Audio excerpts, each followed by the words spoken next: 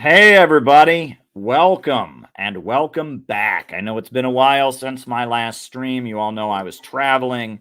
We had an absolutely fantastic workshop in Chicago. I will tell you a little bit about it. Lots happening. But we're back, and, bad news about Sputnik and all of that. We're going to talk about everything. Now, a lot to catch up on, so let's go. Spoken of the American century. I say that the century on which we are entering can be and must be the century of the common man. A radical redistribution of economic power. I mean, we know that racism is just a byproduct of capitalism. Everything would be all right if everything was put back in the hands of the people. We need a government that will make sure Americans are taken care of and organize the economy to serve the people, not the profits of a wealthy few. We now have the techniques and the resources to get rid of poverty.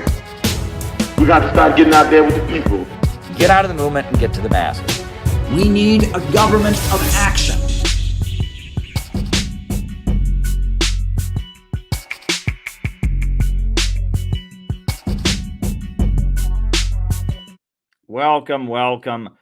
Welcome, everybody. I am so glad to be with you here tonight. It's been a while since our last stream, but I'm really glad that we're back. This stream works the same way as every other stream that we do. First, opening remarks, then roll call. Then, after the opening remarks and after the roll call, I answer your super chat or Rumble rant questions for the rest of the night. So if there's something you would like me to talk about in the second half of our program, all you need to do is send me a Rumble rant or a YouTube super chat. That's the way to get me to talk about whatever it is you want in the second half of the show. I'm glad to be back. I went to Chicago for a week, and it was a productive week. We had a great workshop on Saturday. We had some great follow-up with members on Sunday. We had some great meetings before that. Had an important meeting on Monday, and a lot of really exciting things are in the works right now. I can't tell you all about it. That's how these things work, but I can tell you some of it. And so we'll talk about some of it here tonight. Can't tell you all of it. That's how these things work. Some things have to develop, right? You don't really know, but I'm back and I'm glad to be here. And I bought a new shirt while I was in Chicago. Believe it or not, I bought this Wrangler shirt at Walmart, and I'm proud of myself because usually when I buy clothes for myself, they're cringe. I cannot shop for clothes. My wife has to do it for me.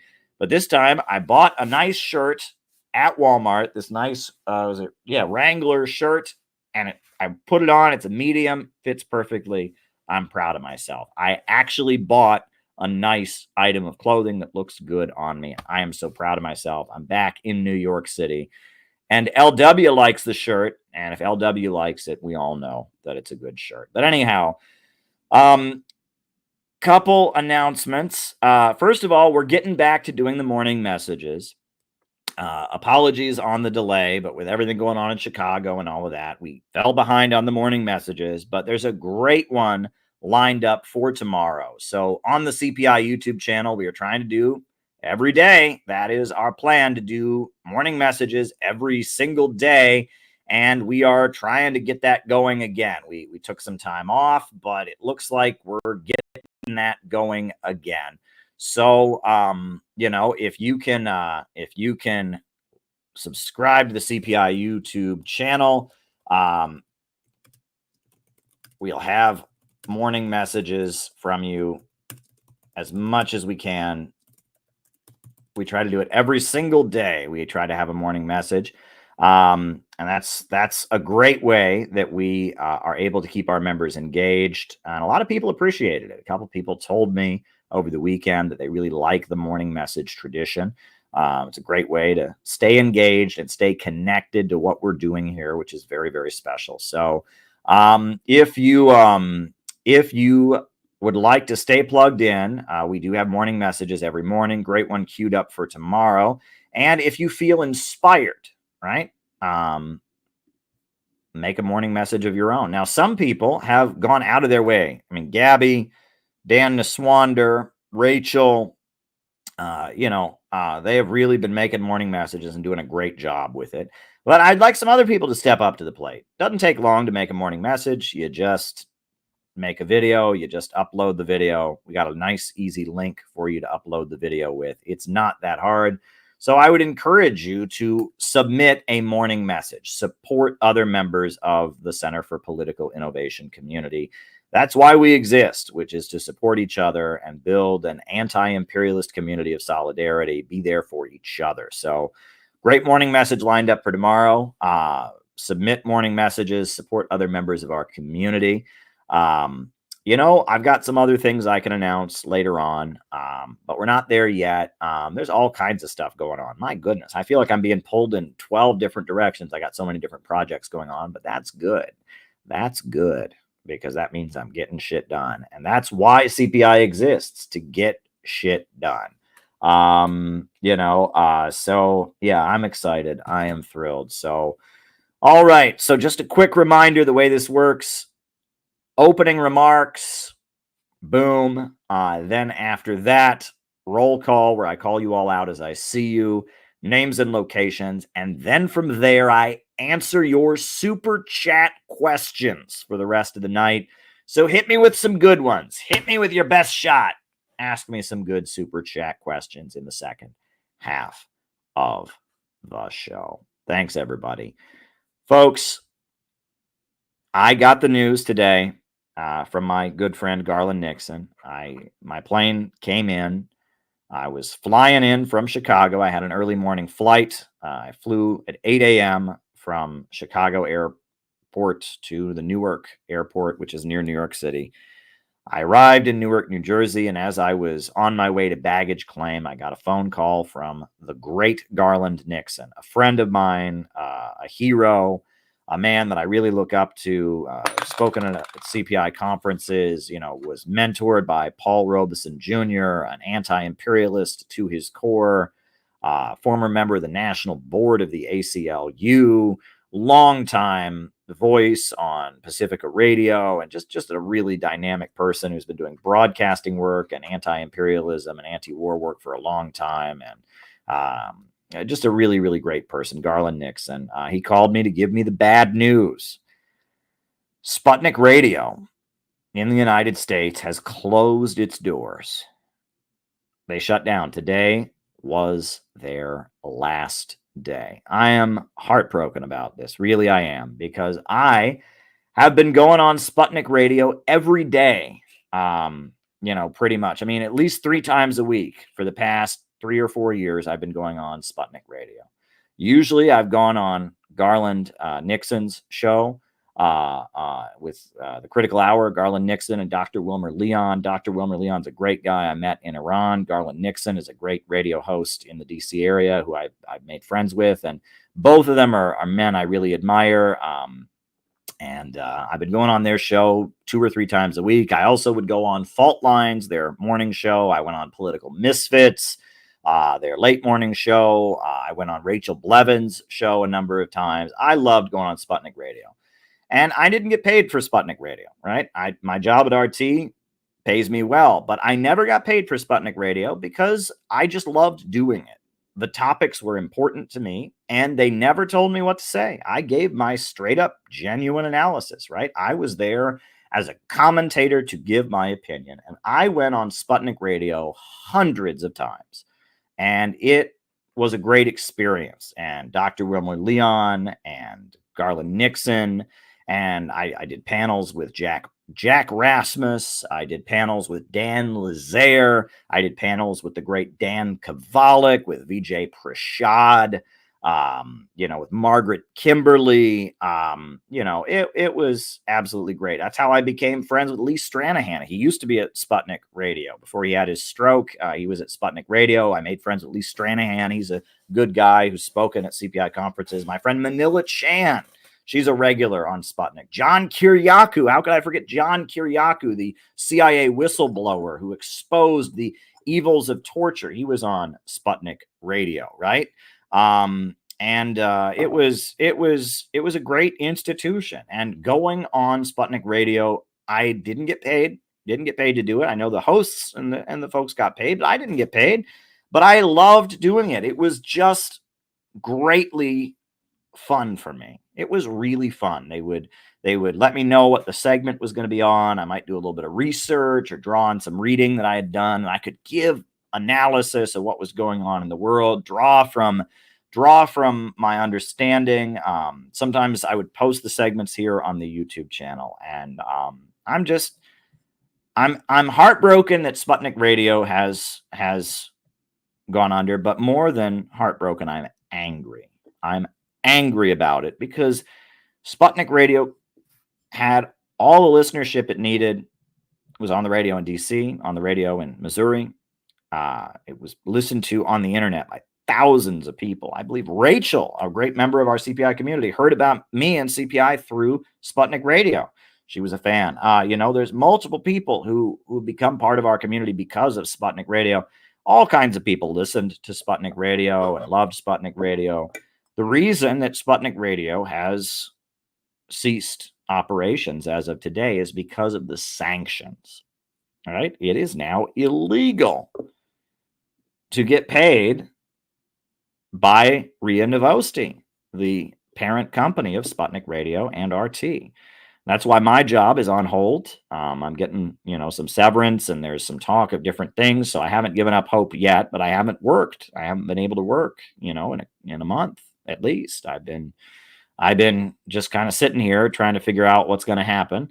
And Sputnik Radio, as of today, they are not on the airwaves. Now, I don't know what's next for me. There's different ideas in the works, and I have not given up hope. I am, and who knows? I mean, there's talk that if Donald Trump gets back in, he says he will lift the sanctions on Russia. So maybe that means that Sputnik can come back. Maybe that means that, the issues with RT can be resolved. There's other things that could be in the works. I don't really know what's going to happen. I do know that for the moment, I seem to be secure. And I'm just doing a waiting game here, trying to use this time that I've got to do the best that I can. But I'm genuinely angry about this. I'm genuinely upset. I am not happy with this situation whatsoever. Because, what did we do? Right? First of all, what did Russia do? Right? Defend the peoples of the Donbass region? Defend them from all the attacks they've faced, right? Do I need to show you the Alley of Angels once again? The whole reason this war is happening is because since 2014, the Ukrainian government has been bombing and killing the people of Donbass. And finally, Russia said, all right, we're going to move in and protect them. So there's that, right? So I don't know what's wrong with Russia doing that. It makes perfect sense. But the USA is adamant they want to bleed Russia economically. They want to use this to isolate Russia from the world. They want to cost Russia a lot of human lives. And so they have set up this confrontation. And anybody who knows anything about the conflict knows that the people of Donbass, they wanted Russia to move in 8 years ago. They were overjoyed. Fireworks were going off when Russia recognized them and started moving its military in to protect them. They were celebrating. And I've been to Russia, and I have been to Crimea, and I have met people from Luhansk, and I have met people from Donetsk, and I will tell you, they consider themselves Russian. They are proud of what's going on. And in the areas they control, Russia is building. They are constructing like you wouldn't believe. In the middle of a war, they are engaged in an orgy of construction. And Dan Kovalik was just there. I'm going to show you, this is Dan Kovalik's video of just kind of summarizing his recent trip. He was just in the liberated territories, the new republics, Novorossiya, the Donbass. I just came back from my 5th trip to the Donbass in the last 2 years, and my thoughts about it are as follows. First of all, it's very clear to me, and I guess I'll focus on the Luhansk People's Republic and the Donetsk People's Republic, where I've spent quite a bit of time. It's very clear to me that the people in those regions want to be part of Russia, and frankly, it totally makes sense why they would want to. First of all, you can see amazing reconstruction that's happening in these areas, including in Mariupol, which was almost entirely destroyed during the war. But now Russia spent $5 billion in reconstructing buildings and building new edifices as well, including hospitals, giant apartment buildings, schools. Parts of it are just gleaming. Can you imagine that? That's a place that was in the middle. That's in the middle of a war. It's a disputed territory in a war. It's part of Russia, and they liberated it from the Ukrainian fascists, from the U.S.-backed regime. And even though the war is still raging, it looks beautiful. This would be like Stalin launching his 5-year plans in the middle of World War II.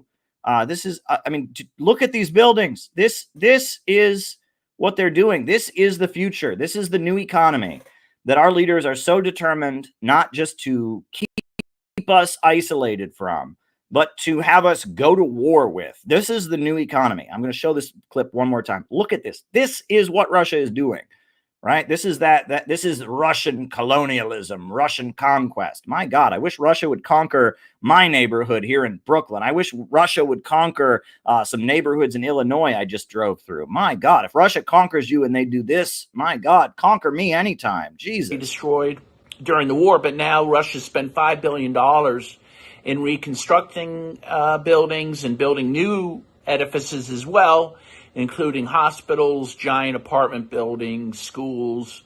Parts of it are just gleaming, as I captured on video. But aside from that, again, people feel tied to Russia historically, going back many, many generations, even before the Russian Revolution. Donetsk was known as the heart of the Russian Revolution because of its industrial base and its support for the Bolsheviks. And it became the heart of the Soviet Union, which many people acknowledged. These are very Soviet areas. And part of being Soviet to them and objectively is valuing multinationalities, multiculturalism, which the government in Kiev does not do. And that's what I hear from people, including from Ukrainian soldiers who left and went to the Russian side, that they do not want to engage in fratricide. They do not want this fight between Russian and Ukrainian brothers and sisters. And they believe the Russians don't want that either, and that war started from Kiev's side in 2014, and they want that to stop. So, yeah, that is Dan Kovalik describing what he saw. Now, I wanted you to also see this video that just surfaced of a woman in Odessa, a very brave woman, right? Odessa right now is under the control of the U.S.-backed Kiev regime. But this woman in Odessa, I guess she understands what's going on there. And she went out and I mean, very brave woman. I hope that she's still alive. I mean, she's probably being tortured at this point. I mean, I can't even imagine what this woman must be facing right now. But this video went viral of this woman in Odessa standing up against the Ukrainian occupiers. I mean, this is amazing.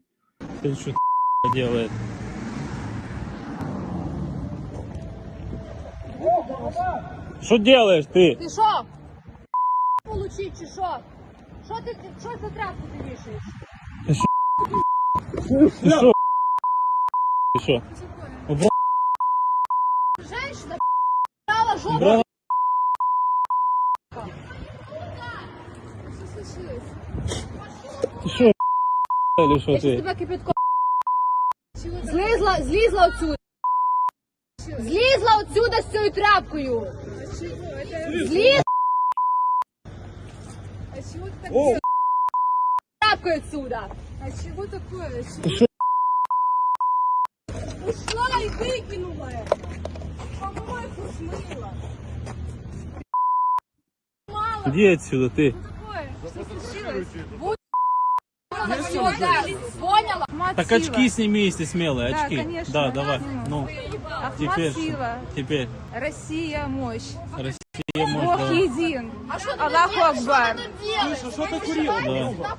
Я что курила? Я не прощу никогда то, что случилось 2 мая в Одессе. Я поддерживаю русский мир, поддерживаю Россию, поддерживаю Владимира Владимировича Путина. И я призываю вот всех украинских нормальных людей, воинов, идти на сторону России. Я считаю, что это все делает НАТО, Америка.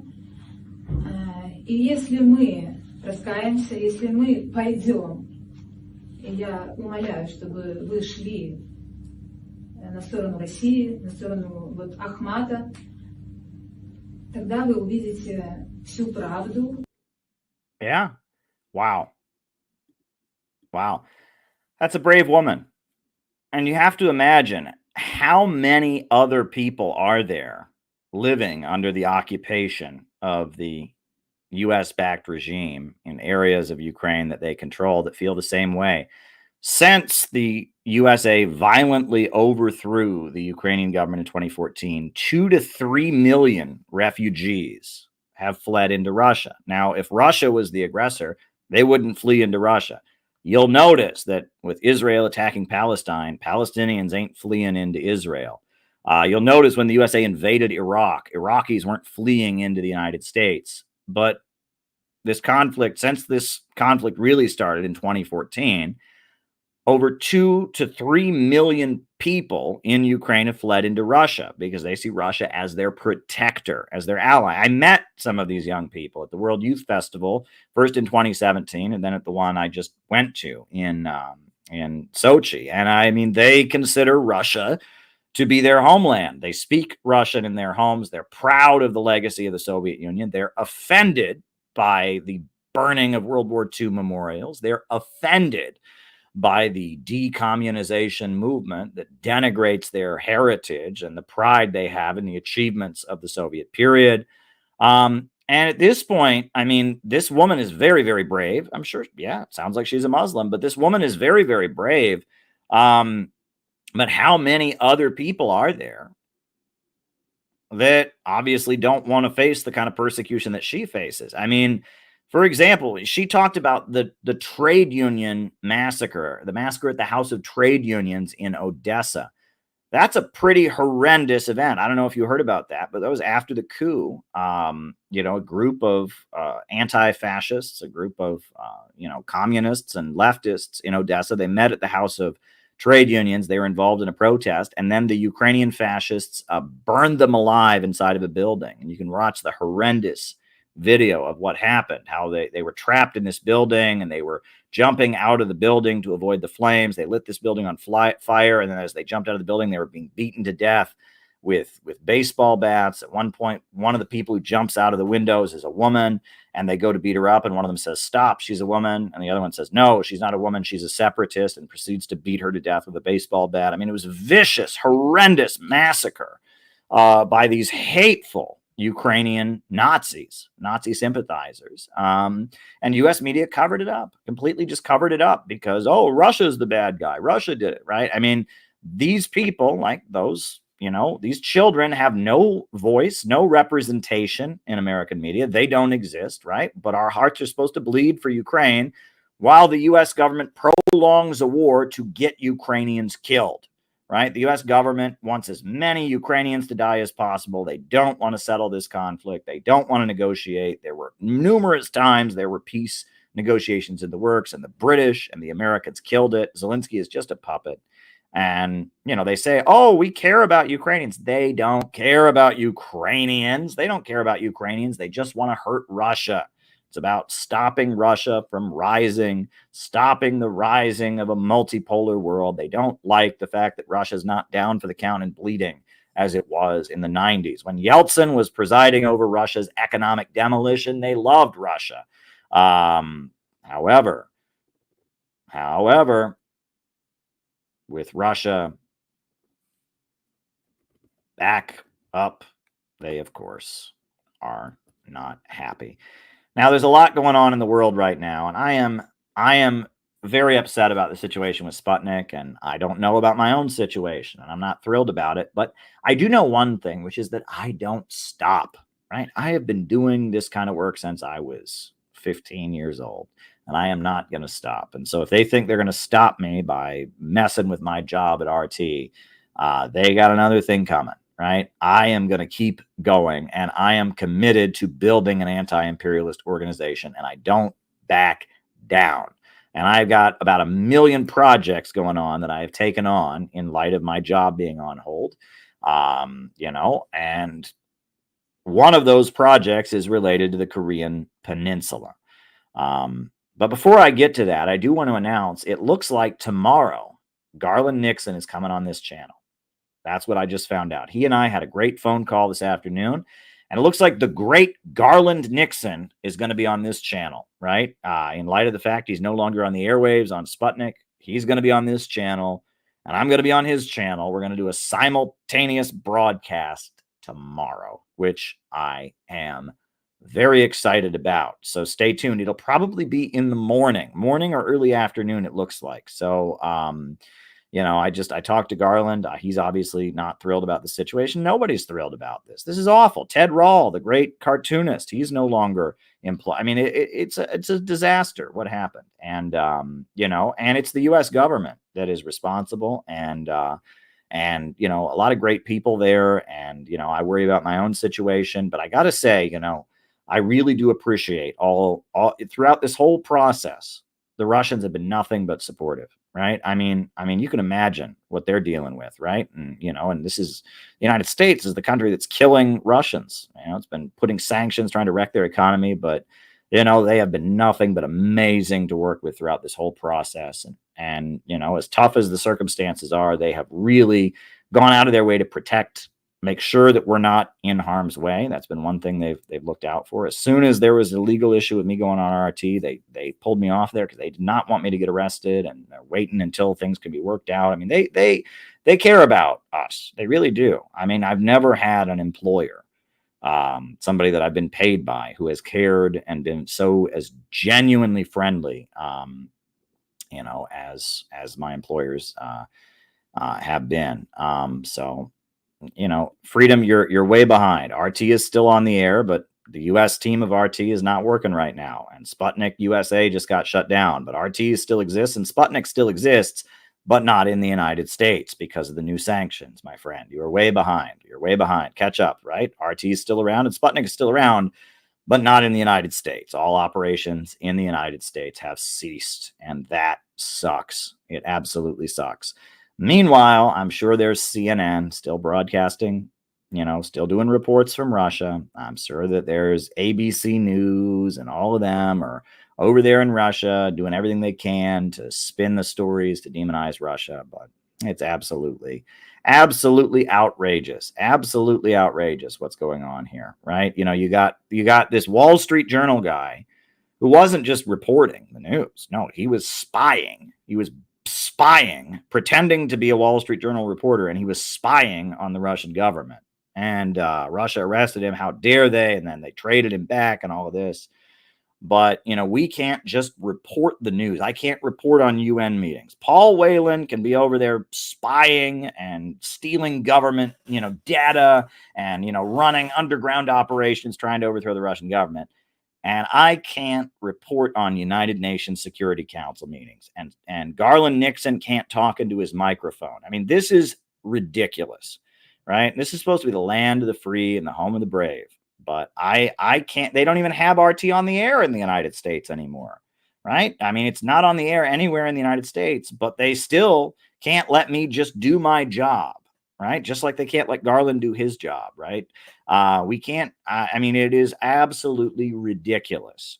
But it's just like how they banned my book from Amazon.com. As soon as Kamala Harris got the nomination, boom, my book came down. For 7 days, they banned my book on Kamala Harris from Amazon.com. And remember that? Jimmy Dore spoke up, and Max Blumenthal spoke up, and all kinds of people spoke up. Now it's back up there. This is, and then they tell us this is all to defend democracy in Ukraine. Well, in Ukraine, They don't have freedom of speech. They haven't had freedom of speech in Ukraine, since 2014. They've been outlawing communist and leftist and anti-imperialist parties, dragging their leaders to jail, burning them alive in the Odessa House of Trade Unions. They don't have freedom of religion in Ukraine at this point. I don't know if you heard, but the main religion of Ukraine, the Orthodox Church, was outlawed because the Orthodox Church is too pro-Russian, they consider it to be. The Orthodox Church, that is the Ukrainian Orthodox Church is outlawed in Ukraine because it's not, anti-Russia enough. And they don't have free political parties. They've outlawed every opposition political party. When's the election? When's the election? Zelensky should be up for re-election, but there is no election. He's just in charge indefinitely. But we're defending democracy in Ukraine. Democracy where I can't sell my book criticizing Kamala Harris. Democracy where I can't even report broadcasts in the United States that are on the air in other countries that aren't even on the air in the United States. I can't report on UN Security Council meetings, for RT in the United States, even though the UN is an international body, even though the treaties say that the UN, this is ridiculous. It's absolutely ridiculous that they claim to believe in democracy, freedom of information. They don't believe in freedom of information. They don't believe in democracy. The Western countries are very rapidly deteriorating into all-out dictatorships. And this is a process. And, if you read my book, Where is America Going? You'll know all about it. And, I wrote about it in the book, Bonapartism, Capitalism and Decay, all that stuff. But anyway, I have been doing my best to make use of this downtime to be productive, to continue my great anti-imperialist work. And so one thing that I have done, you all are aware, is I have launched a very, very important project. Only peace can make America great again. And I am proud of this project. And it is not over by any means. We are going to hit the streets a couple more times at least before the election's coming up. But it's not easy, right? And especially you all know my situation. It's not easy, but I'll get to that. If you haven't seen the video, of the project, I will show the video on here. If you've already seen it, forgive me. I know a lot of you have already seen this video, but it's an important piece because of the fact that we're doing this. This is a way we can get an important anti-imperialist message in light of everything that's happening, in light of the fact that I'm not on the airwaves or whatever. This is something we can do. So we did this. We launched at Trump Tower. And we are going to continue this project. And thank you to everyone who has supported us. But anyway, this is our project. So we just loaded up the banner and the PVC pipes, and we're headed up to Central Park. Let's see how this goes. Away, away, away, away, away. We have the banner out, and now we're getting the zip ties on. How's it going, guys? All right. All right. 1, 2, 3. Beautiful. Nope, it's not gonna hold.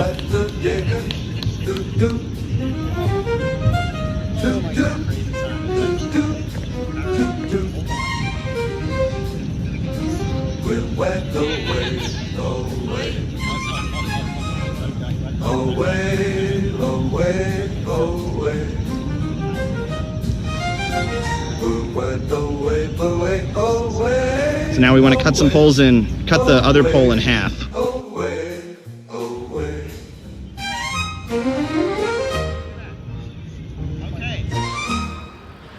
All right, so we're here at Trump Tower. Noah and I made it. We seem to have lost track of Phil along the way. He stopped to buy some water. Hopefully he's with us soon, but mission is accomplished. We got the banner to Trump Tower. Only peace can make America great again. This is the man that we want Donald Trump to be. Here on this banner, you will see the greatest thing that Donald Trump did in his entire presidency. He went and became the first president to ever visit the Democratic People's Republic of Korea, North Korea. This is a country that's been technically at war with the United States since the 1950s. Donald Trump shaking hands what oligarchs told you. We're our enemies. They told you these people are horrible. They told you these people are terrible, that they will never do anything good for us. There's a reason for that. It's called money. It's called power. They want to weaken you mentally. They want to capture your spirit, stomp you out, and tell you, why bother? Why get out of bed in the morning? Why do anything worthwhile? No. Understand, peace is possible, but you must give it a chance. Giving peace a chance is giving yourself a chance. We are here to say that only peace can make America great again. And that what Donald Trump did on North Korea, that was awesome. And we want that to continue. We want more peace negotiation. We want more trade. We want more diplomacy. The real America is not with the bankers, it's not the criminals on Wall Street. We don't control our government anymore. And our republic is being run by powerful forces that are very much unelected or subverting our democracy. Rebuild America. Rebuild our country instead of bombing countries around the world. We need Donald Trump to stand up to the military-industrial complex. We need Donald Trump to stand up to the war lobby. We want to put America first and not the criminals who are lining their pockets on Wall Street with American taxpayer money to go bomb children overseas. Believe the oligarchs at your own peril. Believe them and sleep under a bridge. Believe them and not have a job. Believe them and understand you'll never have health care. Believe them and see what you get. Let's believe in one another. Let's believe that peace is possible. It's going good. I mean, people have been reacting well. Small crowds will form when we have the bullhorn out, and then we'll take a break for a little bit and they'll disperse. Earlier, the Secret Service came by. I thought that was interesting. I think we're making an impact. Russia's not our enemy. China's not our enemy. North Korea is not our enemy. Our enemy is the war lobby. Our enemy is the military-industrial complex. And if we really love America, we should demand that they take all the money they spend on bombs and tanks and weapons and rebuild this country. Only peace will make America great again. We need to go back to this moment when Donald Trump, the President of the United States of America, went to a country that we have technically been at war with since 1952 and said, let's give peace a chance. We want Trump to be a peace candidate. Every poll says that the American people want peace. We're out here doing amazing work today, speaking out loud and proud about what we should be doing about making the world a better place. I'm really excited about it. Everyone has been amazing. Our message is getting through to people. I heard people actually talking as I walked by, saying give peace a chance. We need jobs and schools and healthcare and education in this country, not wars around the world, not death, destruction, and militarism. Only peace can make America great again. Why is it that people in North Carolina are left stranded while the National Guard is in the Middle East? America's working families have been left behind while our leaders focus on wars in other countries. America first means working families first. It means no more wars. It means offering a hand of friendship and cooperation to countries around the world. We are out here in front of Trump Tower today to say we deserve that and we do not want World War III. That's right. They want to weaken you mentally. They want to capture your spirit, stomp you out, and tell you, why bother? Why get out of bed in the morning? Why do anything worthwhile? No. Americans don't want their tax dollars to be dumped into a hole, funding wars around the world so that bankers on Wall Street can play a game of dominating the economies of the world, while Americans are starving in ditches all across this country, while there are homeless people sitting 3 blocks from the White House. In the richest country on the face of the earth, so-called, you have homeless people on every block, on every street, on every city. Why is that? Only peace can make America great again. Only peace can make America great again. Only peace can make America great again. If Donald Trump wants to get back in the White House, we say that he needs to do what the American people want him to do, and that is to make peace around the world. Let's stand up for each other. Let's believe in one another. Let's believe that peace is possible. Only peace can make America great again, and this is the man that we want Donald Trump to be. This brought tears to my eyes. I was so moved when it happened. To see the President of the United States and the President of North Korea shaking hands. This is what the new world could be. This is who we want Donald Trump to be. We want him to be a peace president. We want him to be a peace candidate in this election. I'm hungry. I'm really, really hungry. I mean, it was hard work walking it over here. It was like, what, like a 2-mile walk? Yeah. Felt like it. And it's the wind. It's like a big sail. Challenging but rewarding. Yeah. We actually had fun. We're the Center for Political Innovation, and we are out here saying only peace can make America great again. Yeah. So, if you want to support the project, we could use the continued support. We're going to hit the streets a couple more times. It was an expensive banner. It's expensive to get the polls into Manhattan and get everyone where they need to be. And, please send us a contribution. GoFundMe is a great way to support us. But there's also, I saw that Kinky doesn't want to do GoFundMe, and I understand that some people don't like these different platforms. So you can just Caleb Moppin 22 on Cash App or Caleb Moppin at Gmail on Zelle. No, you can send me money either way to support this project. We intend to be in the streets until the election, at least, with that banner. Now, if Trump wins, it will become more important to get this banner out there, not less, right? This is the beautiful image that Peter Coffin made. And if Trump wins, then we need to be out there with this banner 10 times more, because we need to say that this shows there's a mandate. There's a mandate for getting the job done, right? This shows that this is what the people voted for. So I'm counting on Trump winning. Trump is going to win, no question about it. If it's a fair election, Trump will win. And after Trump wins, we got to go all in with this project. We got to, go all in. But we're going to definitely be out there in the streets a few more times with the banner. I'm going to do something different with the videos next time. I'm not going to give it away what we're going to do, but it's going to be very, very awesome. But yeah, the news about Sputnik Radio, absolute bummer. Absolute bummer. But are we going to stop? No, we are not going to stop. Now, so we did have a great workshop in Chicago this weekend for CPI members. It was really, really great. Wow. I want to start shouting people out, but I'm afraid I will forget somebody. So maybe later I'll shout people out, but I don't want to forget anybody because there were so many great people that I met. So far, we have one video from the workshop, which is a very timely video, which is about the Uhuru case.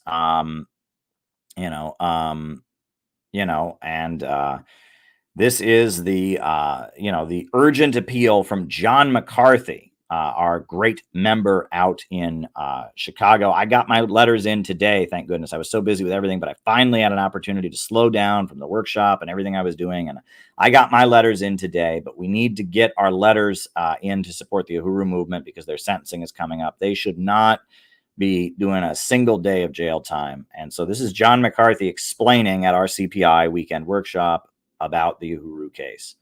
The paramilitary style raid, right? The government went in there, broke down their door with battering rams, pointed sniper rifles at them, seized all their electronics, a lot of their literature, their archives, for telling the truth about the war in Ukraine, right? And also another reason why they were targeted was because of the real things that they're building in the community. Give outline some of those.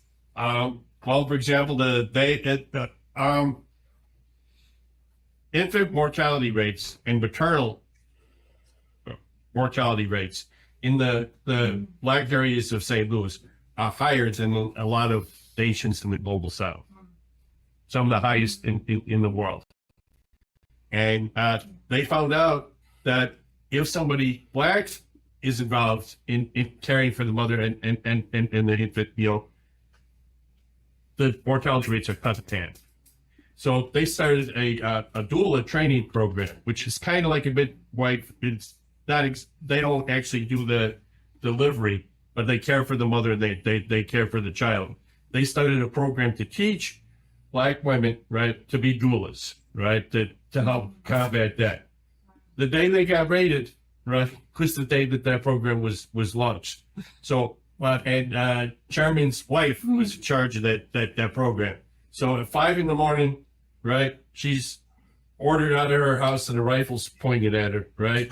And that day, right, later that day, they opened that program anyway. Right? They built housing for the recently incarcerated, right? So they, upstairs the women and downstairs the men, right? To help people re-enter society so they don't go back in, right? Job training programs, training people, how to bake, right? Yeah. And then they built bakeries, farmers market, right? Community garden, right? Kids had to play in the street because there were no courts, right? They built a basketball court, right? Painted it with a beautiful mural. So these are the kinds of things that they do by convincing people to contribute reparations voluntarily, right? And then they use that to acquire these vacant lots, right? Abandoned buildings, right? Or they're filled with crime, right? And instead, they fill them with hope. What I mean? And the government doesn't the government doesn't want to do anything to uplift people out of their genocidal conditions, and they don't want to let them do anything to let themselves out of it, right? So there was this trial, right? They were accused of two things: being Russian agents, right? Unregistered Russian agents. This is legal. It's legal to be a Russian agent, but you have to file that paperwork, right? And then they were charged with conspiracy against the United States government, right? To sow discord. Well, they said conspiracy. That's just conspiracy, right? No, just conspiracy. Basically, they need conspiracy to be Russian agents. Was it conspiracy against? Trying to recruit out of the Russian. Right. So the main charge was the one of under fire from a Foreign Agent Registration Act, right? Which is what we need to get Israel read. Right. That was the main charge, and that had up to 10 years, right? Conspiracy is yeah. So anyway, they had a trial, right?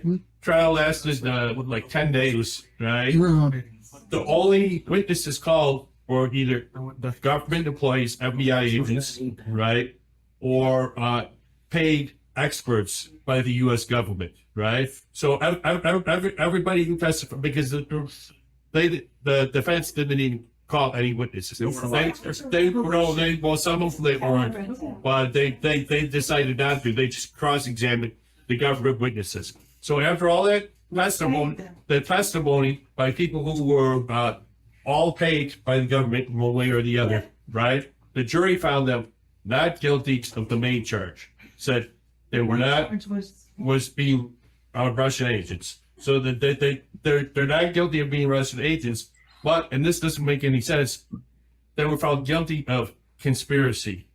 So the charge is, being Russian agents without filing the proper paperwork, right? They're not guilty of that, but they're guilty of conspiring to do it.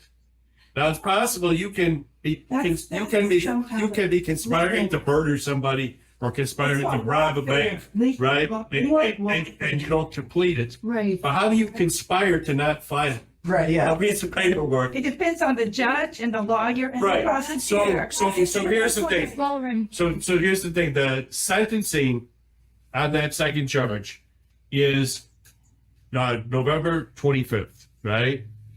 And because it's coming. Right. But because it's such a logically inconsistent ruling, right? It's going to be appealed on a number. So it might eventually be overturned. But because it's such a weird law, there's no precedent for the sentencing. Normally if a judge sentences somebody, right, they look at the history of what other people were sentenced for. Right. And it's never been done before because it's so ridiculous. So it's completely at the discretion of the judge. He can give up to 5 years. He could give time served. He could give probation, right?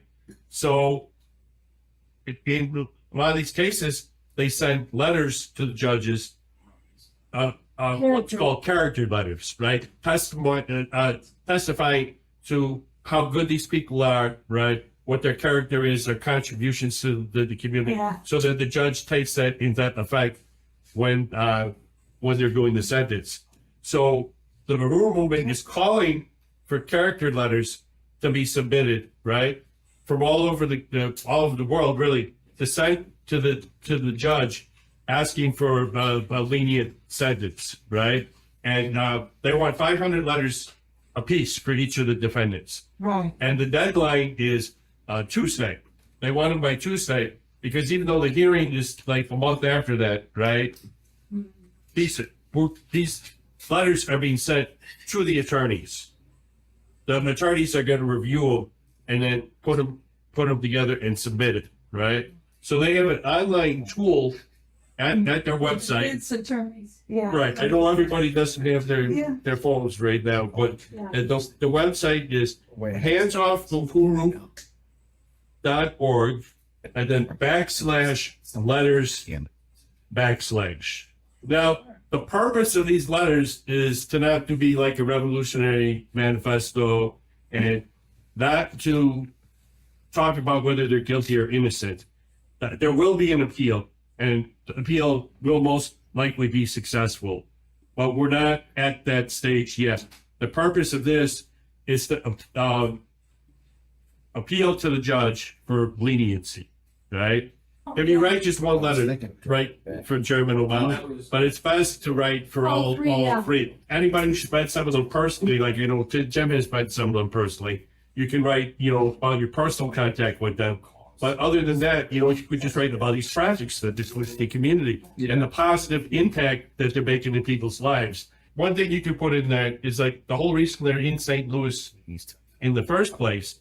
They went there after Mike Brown was murdered by the police, and so there was unrest. There was unrest there. There was unrest, and people came from all over the country. All these politicians and celebrities. And they came for the cameras, right? And to help stir things up. And then as soon as the cameras left, they left, right? Well, Sherman, he brought his people there to St. Louis, right? They came, right? And then they stayed and they built all these institutions, right? To help change the conditions that was leading to the unrest, right? Give people a sense of hope. Yeah. So, if you have time, today is the deadline. So try to do it before midnight. I would go and write a letter to support the 3 Uhuru defendants to try to make sure they don't do a day of jail time because there's no sentencing guidelines for this law. It's so rarely invoked. They beat the main charge of being foreign agents. They're trying to get them on the conspiracy. They're going to hopefully appeal, and they're most likely going to win their appeal. But let's make sure they don't do any prison time. So please write a letter if you haven't done that already. I did mine today. Thank goodness I finally had time to just sit down and do these letters. Folks, there's a lot I'm going to say. And also I do want to say, I am going to start streaming a lot more now. I'm just telling you, I used to really, really care about those numbers on the side of the screen there about who's watching, right? I used to be really concerned about, oh my God, 89 people are watching me, 100 people are watching, 200 people are watching. I'm not in that space anymore. Now I'm concerned about being here for you, my community, as much as I possibly can. And if you got other things to take care of, that's fine, right? It's fine. You got to take care of other things, but I am going to be streaming as much as I can in the next couple of months. You're going to be seeing a lot of me, right? I did my Chicago thing. I had a little vacation, I guess. I went and did the workshop in Chicago. I got to eat at I was so happy. I got to go eat at a Cracker Barrel. I love Cracker Barrel restaurants. I got to eat some Mexican food outside of New York because Mexican food inside of New York City is awful. So I had some Mexican food. I ate at Cracker Barrel. I got to sleep, in a comfortable bed, and I'm happy. I'm delighted. So I had my little vacation. Now that I'm back and now that Sputnik is down, I am going to be on this channel chugging away. So hopefully I'll be here in the morning. Hopefully I'll be here in the afternoon. Hopefully I'll be here in the evening. I'm going to do little videos, and I'm just going to be on here doing as much as I can because It's all about you. You guys are all I've got, really. I mean, you guys are my community. You guys are my family, and we are doing something special, and we're innovating. I got like 20 different projects I'm working on, but we're figuring out, right? If we are going to have CPI be successful, we need the members to be successful, and not just at promoting CPI, but in their own lives. And so I pitched it a little bit this weekend, and you might be able to see the videos a little bit later, but we are innovating. We are figuring out a way that we can make sure that CPI is a prosperous, successful operation. And yeah, Gabby was there. Gabby worked so hard on making our event successful, and she did a great job. And she has also an amazing musician brother named Victor, who likes to play the music of the Creedence Clearwater Revival, CCR. It was so great to spend the day with Victor. Victor's a great guy as well. Victor, Gabby's brother. I can't wait to meet Gabby's other brother. I can't wait. I mean, Gabby is amazing in so many ways, but if I start honoring people, I'm going to forget somebody because there were so many people. I met Denver for the first time. He's amazing. I met Christopher, Daniel's friend, Denver's friend. Amazing. I met Penny for the first time. Shout out to Penny if she's watching. I met, oh my goodness, how many people? Right? I met so many amazing people this weekend, and I am just pumped. And I saw so many of our regular comrades. And I mean, Rachel, I met for the first time. Rachel's amazing, does amazing morning messages, brilliant woman in so many ways, full of energy. Oh man, I mean, I could rave about all weekend, but I'm going to be on here a lot more. But if I'm going to be on here a lot more, I got to do different things for y'all, right? I gotta engage. So I noticed that every so often somebody pitches me a softball. Right? They just throw something out there that's like begging for me to respond to it. And sometimes I watch it first before I react, but this one I'm seeing with completely fresh eyes. PragerU. Remember PragerU, the neoconservative, pro-war conservative YouTube channel? They made a video called, I kid you not, Is Maoism Coming to America? I'm going to react to that video right now. This is going to be fun. It's just asking for it. I got my little red book right here. Behind me, I got a whole shelf of books about China, when China shakes the world, the Chinese economy. I've studied the 100-Day War of William Hinton and all of that. Okay, let's see PragerU say, is Maoism coming to America? Let's see it. Let's see this. This is going to be a cringe fest. And, hey, look, I'm telling you, I think Trump is the lesser of two evils in this election. I don't hate conservatives. I hate neocon anti-communists who get us into stupid wars by telling regime change lies. And that is, I can assure you what this video is going to be. Take it away, PragerU. Dong, the murderous dictator of communist China from 1949 to 1976. Look, we're right there. Right? Murderous dictator of China. How much did the life expectancy in China go up in those years? How many Chinese people, right there, how many Chinese people learned to read and write during those years? You do realize that there were children in China who only because of Mao, they were able to see the sun, because they would work children in mines because they were small, and they would wake them up early in the morning before the sun came up, and they would not let them come out of the mine until late at night. There are children who saw the sun because of Mao Zedong. There are people who never saw a doctor in their lives, but thanks to Mao's Barefoot Doctor program, they got medical care for the first time in their lives because of Mao. Mao carried out actions that caused China's population to greatly expand. Right? I mean, Mao saved millions of lives by taking the sick man of Asia and starting it on the course of being the second largest economy in the world. But murderous dictator. All right, we're starting out right there, right? Apparently everything was fine and dandy, and then Mao came along and said, I want to murder and dictate a bunch of people. Oh, God, here we go. Probably responsible for more death and misery than any single human being ever.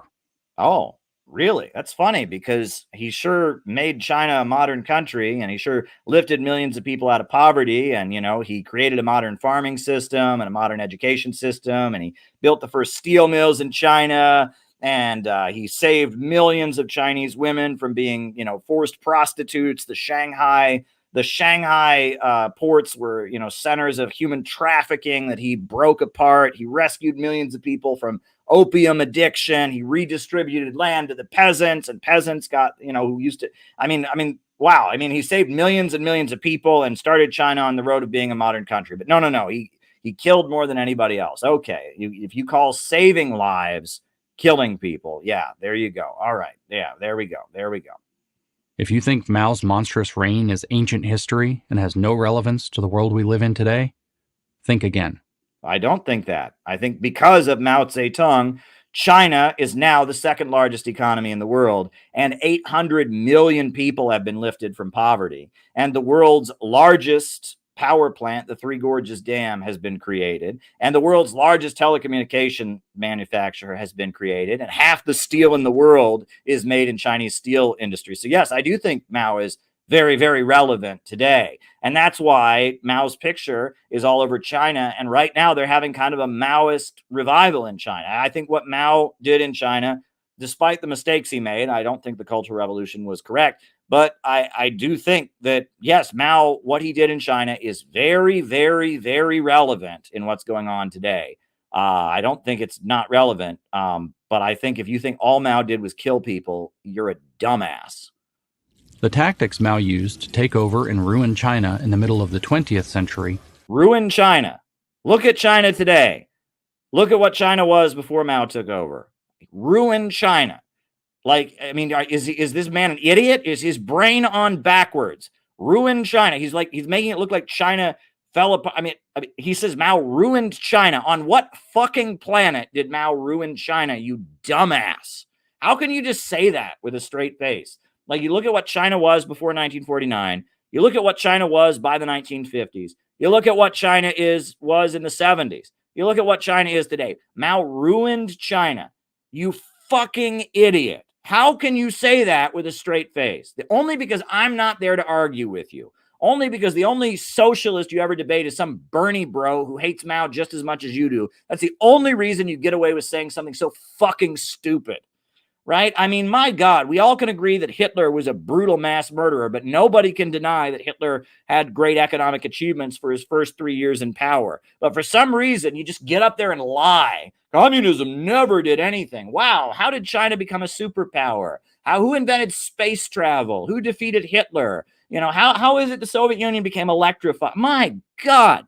Right? And they just lie like this. They only get away with this. Because there's no real communists in the room. They got a bunch of Trotskyite liberals who agree, oh, that's true, but it wasn't real communism. My God, right off the bat, what a lying. Look at this graphic, right? That is like the exact opposite of what happened to China. That's what's happening to our country right now. That should be the United States of America. Listen, buddy. Right now in America, they're unpaving the roads. While China is bringing roads to the most mountainous regions of Tibet, right? China's building highways in Tibet, and the most mountainous regions are getting roads, and people are being lifted out of poverty. Here in America, they're unpaving the roads in Alabama. They're unpaving the roads in Minneapolis, in Minnesota. What in the world is wrong with you? Are the same tactics the modern left is using to take over and ruin America in the 21st century. That's right. The modern left is creating 5-year economic plans and mobilizing the population to industrialize the United States of America. That's exactly what they're doing, right? The modern left is redistributing land to peasants. We don't even have any peasants here. Oh my God. What the heck? The modern left. You really want me to believe that pink-haired pronoun police on the college campuses are doing the same thing that peasants lifted out of poverty, women who emerged with unbound feet, did in the 1950s and 60s in China? Right there, anyone who thinks that there's any comparison between what Mao did, taking a society held in semi-feudal extreme conditions of poverty, and industrializing and modernizing it, is the same as annoying people. You're racist. I'm going to tweet at you on their cell phones. Right there, you are completely nuts if you think either of those things are the same. Right now, this is wow. Mao called this Marxism with Chinese characteristics. Actually, no. The phrase socialism with Chinese characteristics wasn't used in China until Deng Xiaoping, you fucking idiot. And it's not Marxism with Chinese characteristics. It's socialism with Chinese characteristics. And that term came into use after Mao died, and it was adopted by Deng Xiaoping in 1978. So right there, this guy has no fucking clue what he's talking about. How do they just let him get on here and talk like this? Right? You can criticize China and you can criticize Mao, but you have to know what you're fucking talking about. I'm sorry, I get really angry about this. These people who have no fucking clue what they're talking about.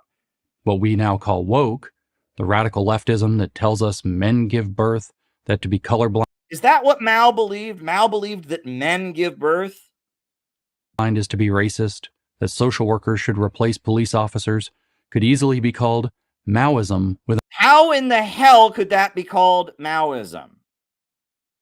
I'm sorry. No, tell me how in the world are you telling me that Mao, homosexuality was illegal in China, you idiot? My God. Oh my God. So you're telling me that you don't like the left because they think men can get pregnant. And that's the same as what Mao did in China. This is like, this level of stupid shouldn't be allowed. characteristics. So let's define Maoism, and then we'll get to its American characteristics. In 1949, Mao took over China and held power for 3 decades using a very simple tactic: the dark art of demonizing your enemy. Okay, let's talk about this. Demonizing your enemy. All right. Now, doesn't that go on in all politics? Communists certainly do that. Anti-communists do that. Liberal Democrats do that. Fascists do that. Isn't he demonizing his enemy right now? Woke people? Like, this is the dumbest. So there you go. The dark art of demonizing your enemy. Bum, bum, bum. Which anyone who's ever in politics does. I call it hatecraft. Brilliant. Hatecraft. That's deep, bro. That's deep. What Mao did was divide everyone in China into 2 categories: the people, who agreed with his agenda, and the enemies of the people, who did not agree with his agenda. Actually, no. There were, peasantry. There were factory workers. There's the block of 4 classes that's listed on the Chinese flag. The urban proletariat.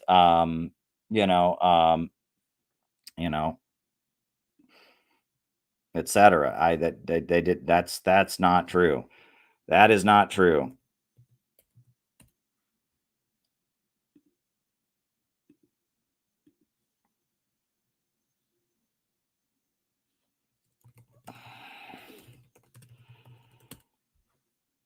That is just not true. I don't even know. Like, he divided it between the people who agreed with his agenda and people who did not agree. I think that's what the Bush administration did, right? You're either with us or you're with the terrorists. You're either with us or you're with Al-Qaeda. For the enemies, no quarter was given. They were blocking progress, so they had to be destroyed. But I thought there was no progress. I thought they just impoverished the whole place. So there was progress, or there wasn't. They weren't even considered people. Not to have a correct political orientation, Mao said, is like not having a soul. Yes, that's a big emphasis in Mao Zedong thought, is a struggle for political line. But that doesn't mean you're not a person, right? That's not even what that quote even means. It means that, you should struggle and argue for the correct political line. It doesn't mean people who disagree with you should be killed and are not people. Anything Mao did to them was therefore justified. These enemies, prosperous farmers, landowners, and other so-called counter-revolutionaries, were prohibited from earning a living, were subjected to random arrest, and had their property confiscated.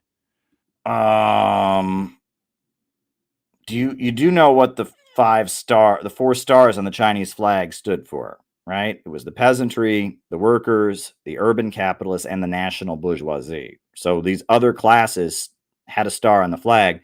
And you also know those other classes were different classifications. Unfortunately, during the Cultural Revolution, there was a lot of discrimination against people based on, their background. But there were different classifications. It wasn't just the people and the enemy of the people, like he said earlier. went to thought reform prisons to wash their brains of their incorrect values. And Yeah, those you do know we do the same thing here. That's called rehabilitation, right? Generally, if you commit a crime in order to get released from prison, if you get parole, you have to show that you've rehabilitated yourself. That's what thought reform was. It was, if you had tried to violently overthrow the communists, you had to show that you changed your views, right? That's called rehabilitation. That's generally what that's called. lucky ones. Countless more were simply executed for having the wrong opinion. America is not Mao's China.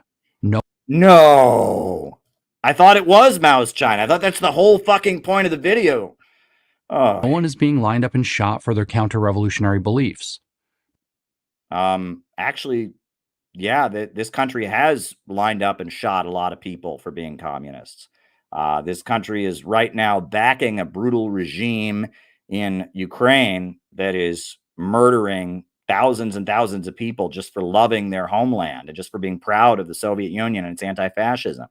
Right now, this country is backing Israel as it murders and genocides the Palestinians and is bombing and killing them. So yes, actually, the American government is killing all kinds of people for their beliefs and for just being who they are. And I think if you read the history of the Wobblies, you read about the Black Panthers, Fred Hampton was murdered in his bed. There is a long history of people in America being killed for their views. I don't know what that has to do with America not being China. But the tactics, the hate craft employed by the American left borrow heavily from Mao's playbook. Here are some examples. COVID-19 was a health catastrophe because anti-vaxxers selfishly ignored the safety of their fellow citizens and wouldn't get the vaccine. I don't think that. The people versus the enemies of the people. That's what Joe Biden said. That's not what China said. That's not what Russia said. In fact, they accused China and Russia and the communists of spreading vaccine disinformation. That was what they alleged. So how is any communist government responsible for that? Right? How is any communist government responsible for liberals demonizing people around the vaccine mandates? I'm not following. Our planet is at risk of total destruction because climate change deniers won't acknowledge the obvious fact that fossil fuels are putting too much CO2 in the atmosphere. The people. In fact, those are the talking points the U.S. government uses to prevent China from building coal power plants in Africa. You do know that. The climate treaty and all of that is wildly unfair, and it's used to prevent China and the communists from engaging in economic development in the third world. You do realize that, right? Joe Biden even said in his essay, America Must Lead Again, that part of his anti-climate change agenda would be to stop China's economic development and building of coal power plants around the world. Versus the enemies of the people. Even our democracy is threatened by those deplorables who support fascist candidates. But I thought communists were against democracy. Now I'm confused. So liberals and mainstream media demonizing people with anti-government views is the same as anti-government views from China, right? The views of people around the world that support Russia and China are the same as the people in America that want to silence people who support Russia and China. Yeah, you pretty much lost me there, Terry. I'm sorry, not Terry, James or whatever his name is. Terry's our good friend. She's in the chat. But yeah, you lost me there, my friend. You lost me. The people versus the enemies of the people. Mao combined his hate craft with a formula he called unity, criticism, unity. Here's how it worked. The state announced the need for national unity. Everyone was invited to join. That's actually called unity struggle unity. And it was a method of engaging with people one-on-one. It was a method that the party approached the masses. Those who resisted, however, were made to recognize their crimes and to confess them. If that required some torture, well, that was a small price to pay for unity. You're talking specifically about the Cultural Revolution, because Mao also launched the 100 Flowers campaign, where they were practically begging people to criticize the government. Mao launched the New Democracy. You do realize Mao was in power from 1949 until his death in 1976. It wasn't the same the entire time. You do realize that. And that unity struggle unity was a theory of how the Chinese Communist Party could mobilize the population, right? And that what you're describing here is the way, certain dissidents were targeted during the Cultural Revolution, which started in 1966 and ended when Mao died in 1976. So, yeah, you're already not being clear, right? Mao was in power for quite some time, and you're talking about a specific period in the last years of his life, and you're using a concept, unity, struggle, unity, which was about how the communists were able to come to power. They unified with mass sentiments. They struggled where the masses disagreed with them, and they unified again. Like that was a tactic about how they took power. Continued to resist, they were purged, that is, destroyed. Only then could society arrive at what Mao called a new unity on a new basis. That is not correct at all, right? Unity, struggle, unity was a method of the Communist Party winning over mass support among the population. That was how progress was achieved. I thought there was no progress. I thought they didn't raise millions out of poverty. I thought they didn't industrialize. I thought it just turned into a giant black hole, like you said in your earlier stream. Today, the same formula is in play. We might imagine a diversity, equity, and inclusion DEI coordinator in a business or university saying, "We just want a place where everyone feels like they belong, but because of systemic racism and sexism, some members of our community don't feel included." And you realize the obnoxious people who use these buzzwords are the exact same people who hate Russia and hate China and think we need to wage wars against them to spread human rights. But who's responsible for that systemic racism and sexism? Answer: anyone who doesn't agree with the DEI worldview, which would include most of the people in the room. This privileged majority must acknowledge their own complicity in this systemic oppression or risk being purged. Yeah, this is being done by the same people who also cancel you if you defend China, if you defend legitimate Marxism and don't go along with their woke shit. And this is being promoted by the military-industrial complex. This is being promoted by Boeing and major corporations. What in the world does this have to do with China and Mao Zedong? This has nothing to do with this. You're describing something that's done by wealthy, imperialist, monopolistic corporations that used to dominate China until they had their revolution. Or, in today's terms, canceled. Only then can we all move forward together into a new, sustainable, and inclusive future. In Mao's China, the process was so vicious that people would do almost anything to avoid being tagged an enemy of the people. Thus, they were made to conform. Made to conform. Kind of like you are making everyone conform by hating Russia and hating China and going along with your neoconservative campaigns to spread human rights. Today in America, you're not called an enemy of the people. You're called an anti-Semite for disagreeing with Israel. Oh, but that's what PragerU does, right? Right? Is that what they're called? Doesn't PragerU say that anyone who disagrees with Israel should be banned from their college campus? Wasn't there a truck driving around Harvard University with the faces of students who signed a petition opposing Israel on it, and they got canceled, and that PragerU defended? Do you remember that? Yeah, I mean, isn't that what they called racist, transphobic, or homophobic, or anti-Semite, How about that? Or anti-Semite for disagreeing with Israel. Oh, but that's fine. It's totally fine. Cancel culture, thought conformity is fine as long as it's for disagreeing with Israel. Something phobic, and the fear of that is enough to make most people conform. Right, and that's fine as long as it's in defense of Israel. This is pure Maoism. No, it's not. It's something that goes on in every society to some degree or other. It's something that went on a massive scale in this country during the McCarthy period. Conformity is something human beings tend to enforce in all groups, and fucking neocons like them were the worst about it during the Bush years. I remember, my God, you're either with us or you're with the terrorists. Oh, you don't support invading Iraq based on lies about weapons of mass destruction? You must be a terrorist supporter. You deserve to be thrown in Guantanamo. You hate our troops. During his notorious Cultural Revolution from 1966 to 1976. See, I got the years right, but notice that they don't distinguish any difference between any of the times in which Mao was in power, right? So already they're talking about enemies of the people, and they're misusing unity, struggle, unity. They're talking about concepts they don't understand. And now he admits the Cultural Revolution was only the last 10 years of Mao's life, when Mao was very, very old, and Lin Biao and the Gang of Four were running things. And he admits that. But then he tried to say that the Cultural Revolution was in the entire time Mao was in power. So he has no clue what he's talking about. Mao recruited his Red Guard right out of high school and college. Students were encouraged to denounce long-cherished Chinese values and to publicly humiliate their rightist teachers and professors. Man, it was awful. It was wrong. Even family members were not immune to their attacks. Yeah, and it was wrong. The students did all these things and more, including desecrating historic and religious sites. The parallels to Is that kind of like how they're burning World War II memorials in Donbass now in the name of anti-communism? Is that what that's like? modern American campuses aren't exact, of course, but they're close enough for alarm. Mao's been dead for almost half a... Yeah, except they're defending the very system that Mao fought against and broke to have China become free from, fought his whole life to free China from.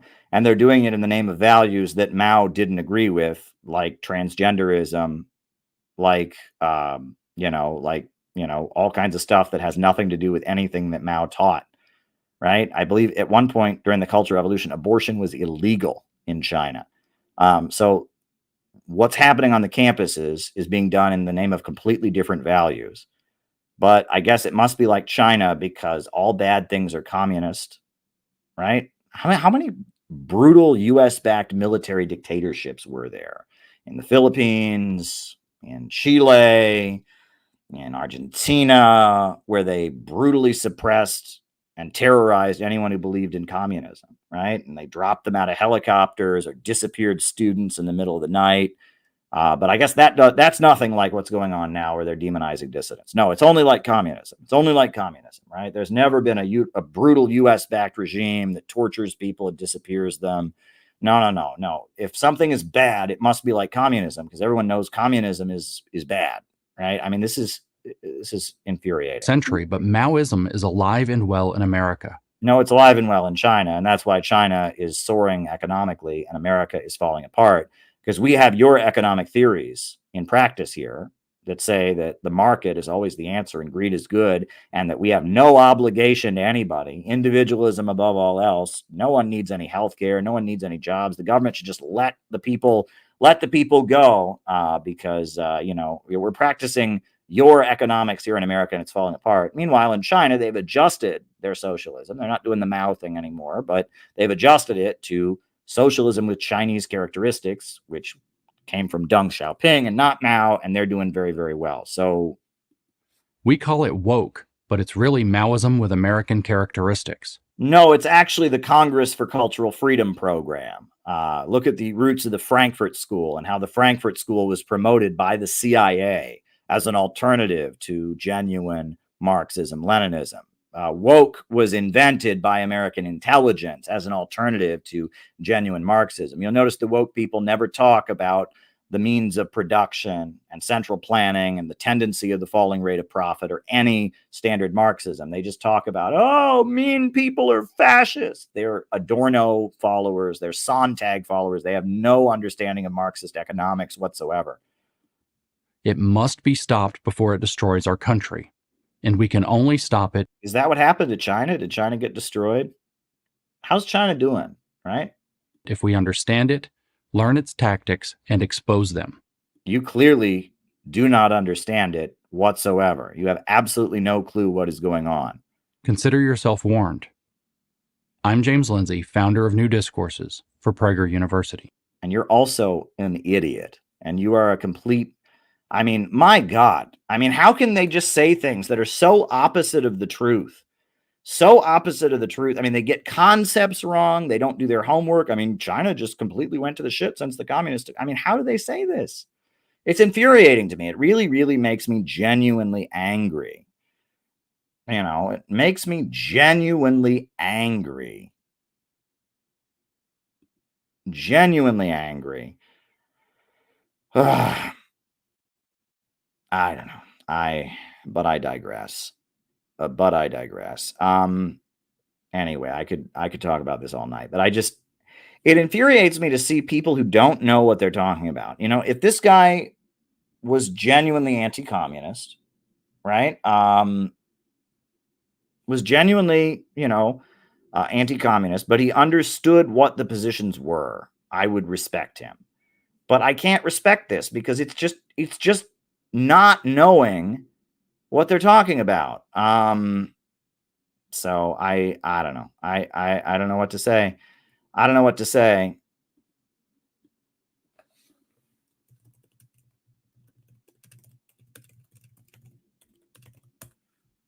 But there we go.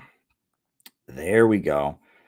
Anyhow, I thought I'd react to that video. Sorry for getting so fired up there, but it's like I've studied this history. I think the Cultural Revolution in China was a disaster. It was an awful thing, and I'm happy to criticize it. I'm really glad that Deng Xiaoping came to power and adjusted and implemented the market reforms. And I'm the first to admit that Mao's foreign policy, he made, very big errors in the 70s, very, very big mistakes, and the Cultural Revolution was a nightmare, should have never happened. And I'm very critical of Mao, especially in his final years. I think Mao was a genius political organizer, and what he did in China changed the course of history in ways we can't even imagine. So, but I mean, to sit there and just talk the way that guy talks, he doesn't know what he's talking about, and he's on there and he's just saying these things as if they're facts.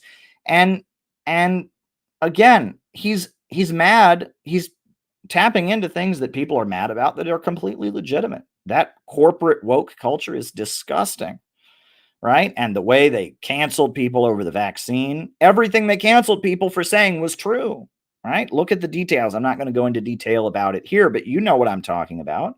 All the things you got your social media accounts taken down for saying about the vaccine turned out to be true. Jimmy Dore has done a great job showing that, right? So, I mean, he's talking about things that the American government that goes around overthrowing communist governments. It's beyond me. It's beyond me. I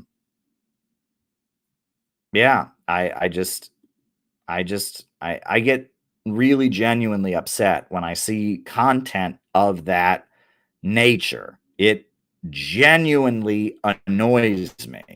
Just tell you the truth. It genuinely gets on my nerves to see that kind of crap because I take this seriously. I've spent my whole adult life studying it, right? And it's on the same level as a certain other person who talks about the Trotskyists. Yeah, I know all about the Trotskyists. It's about the same level of shit, right? It seems like the less you know about what you're talking about and the dumber you sound, the more you get promoted on social media. I tell you, that's how these things work, right? If you actually know what you're talking about, you've actually read and studied the topic, then they do everything they can to suppress you. But if you're just some dumbass who's on there going, yeah, fuck Trump, fuck Republicans, yeah, fuck Democrats, they're all just like Mao, they're communists, they promote you. Nobody who seems to know anything or have any level of understanding of what they're talking about or is actually trying to solve the problems in our country in a serious way gets promoted. They just promote people that just say emotional drivel, right? So your average conservative watches that video and they're like, I don't like woke people. I don't like them either. I agree with them.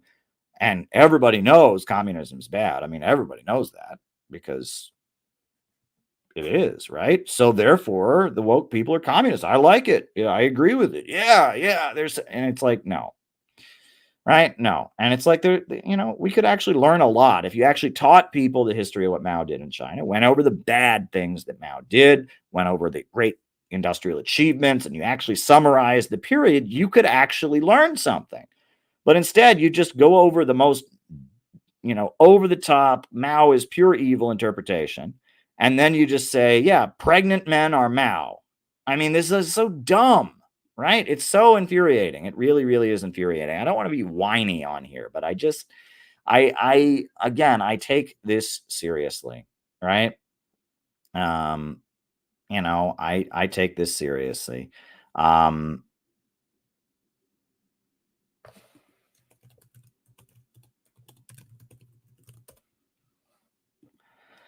I take this seriously, and I'm not stupid enough, right? I actually care about what I'm saying, and I'm not stupid enough to just pander to people's biases and say emotional, cathartic things that let people get their emotions out. Yeah, I hate Trump too. Don't you hate Trump?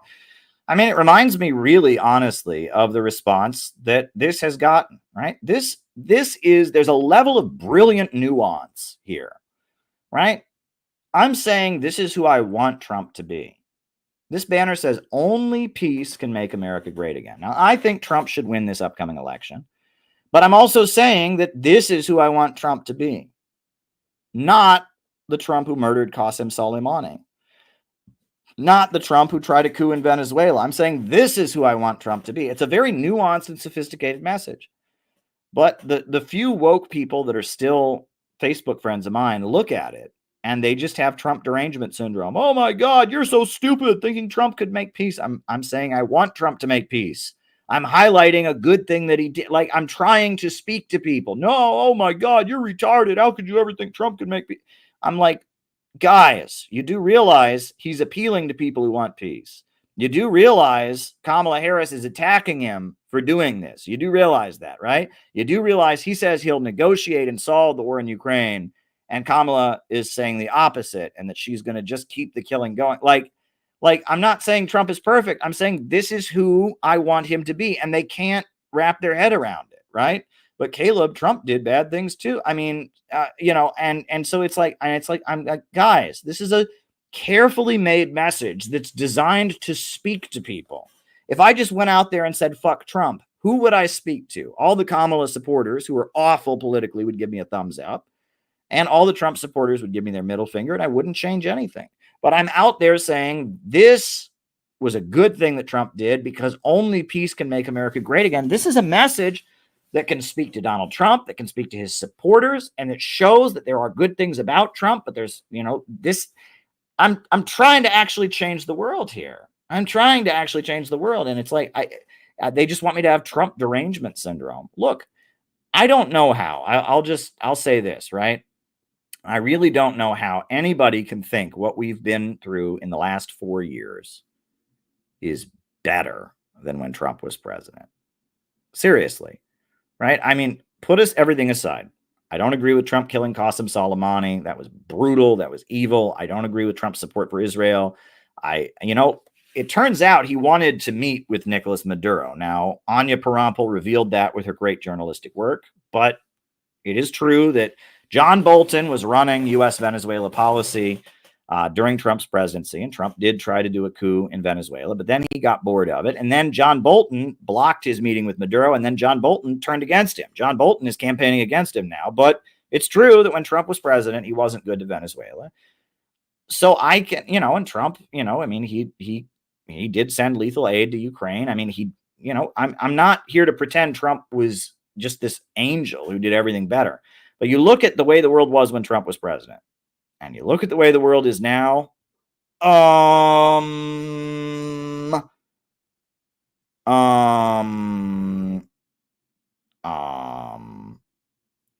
Seriously, you really believe this America that we're living in right now, where the Uhuru movement are possibly going to jail for 5 years because of their speech about Ukraine, where there's hundreds of January 6th people sitting in prison because they walked into the U.S. Capitol when the doors were open. This America, where people can't afford to pay to live in housing, right? Where people are working their butts off 2 to 3 jobs and can't afford a 1-bedroom apartment. You're trying to tell me that this America is better than when Trump was there. Seriously, look yourself in the mirror, right? Our rights are being stripped away. We're on the brink of World War III with Russia. Our economy is in this shithole, right? We can't afford anything. $1 doesn't buy you shit, right? I'm out in the Midwest. The Midwest is car country. You got to have a car to get around. Young people can't afford cars. Right? Young people that are living at home and they're working a job they can't afford to live on their own. They can't afford housing. They can't afford to buy a car to drive around. And you're trying to tell me, you honestly are trying to tell me that we're better off than we were 4 years ago? You want 4 more years of this? Right? Put aside, just pretend that we don't like either of them. And just in your mind say, all right, was I better off when Trump was president, or am I better off now? That should be a fucking no-brainer. Yeah, I know he said a lot of naughty words. Yeah, I know that. He said naughty words and he said this and grab her by the, bleep. And okay, right. And he tweeted nasty things, and he orange man bad, and I know he offends you. I'm just asking you, objectively speaking, do you really believe that your life is better now than it was 4 years ago? There is no way you can honestly say that the country was in better shape. Okay. I don't get it. To be honest, it was never great. Exactly. I'm not trying to pretend Trump is a saint, that Trump, didn't do awful things as president. How do these people say this? Oh, yeah, everything's just been so much better since he's been out of office. It's like that guy in the video trying to say, oh, everything's been awful in China since the communists came to power. It costs $200 to walk out of the house. Basically, yeah, that's the America we live in. This is craziness. I'm not trying to pretend that Trump, if you want to talk about who's the lesser of two evils, it should be goddamned obvious. Really? Is there any question about who the lesser of two evils is? I just don't get it. I really, really don't get it. Who is the lesser of two evils? My goodness. My goodness. Right. I really don't get it. I really, really don't get it. But there we go. But listen, folks, I am planning to stream a lot more in the coming weeks, because why not? Right. My job situation is up in the air. I don't know what's going to happen. Sputnik is off the air. I was doing Sputnik radio interviews. Can't do that no more, because Sputnik is off the air, and this is wild. So I'm trying to think. There's a couple other things. Look, I'm doing some different stuff right now. First of all, right, for the longest time, I'll just talk about this for now, right? Why not? We're talking about things here tonight. We can talk about a lot of different stuff. Here's something we'll talk about. So for a long time, I would not release my books as ebooks. You all know that, right? Because I don't like being quote mined, right? This is what the bread tubers would do. When I would write books, they would not read them. They would go through them for quotes and say, oh my God, he said blank, he's retarded. And they would not read them. They would quote mine them. So I made a point of not releasing my books as ebooks, because I did not want to enable them to quote mine me. But then, there was that whole drama around my Kamala Harris book that got banned from Amazon. And as a result of the Kamala Harris book being banned, first I put it up on Lulu, and then I put it up on Gumroad, and it sold quite a few copies on Gumroad. And now people really aren't quote mining me anymore. Somebody might, they don't want to give me the attention. For a while, I was getting a lot of hate videos and stuff, but now they really don't want to give me the attention, which is fine, right? I am focused on building our community and mobilizing our community to do anti-imperialist work. I'm not, that's what I'm focused on. I'm focused on those of us who agree with the principles of what we're about here, building and consolidating our organization so we can go out and get shit done. But regardless, I figured it's time. I'm going to start releasing little by little, not every day, but we have the book on the Houthis, which I think is really one of my best books. It's very short. It's a short book. It's not very long. My book, Who Are the Houthis and What Are They Fighting For?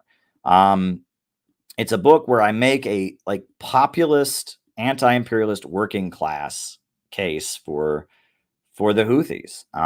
It's called Who Are the Houthis and What Are They Fighting For? And I've now made a full audio book of it. And in this book, I talk about the Houthi movement and all the research I've done on where they came from, Ansar Allah, and how the war got going, the anti-austerity moves, etc. And then from there, I talk about, I talk about a lot of different things in the book, but it's only 89 pages long. It's not a very long book. So I decided, I've already done an audiobook. So if you want to listen to it, you can listen to it for free. It's an audiobook. You know, you can just go listen to it on this YouTube channel. It's out there for free. And I also have decided now is the time I am going to make the ebook, the PDF, available. It is now on Gumroad. So if you would like to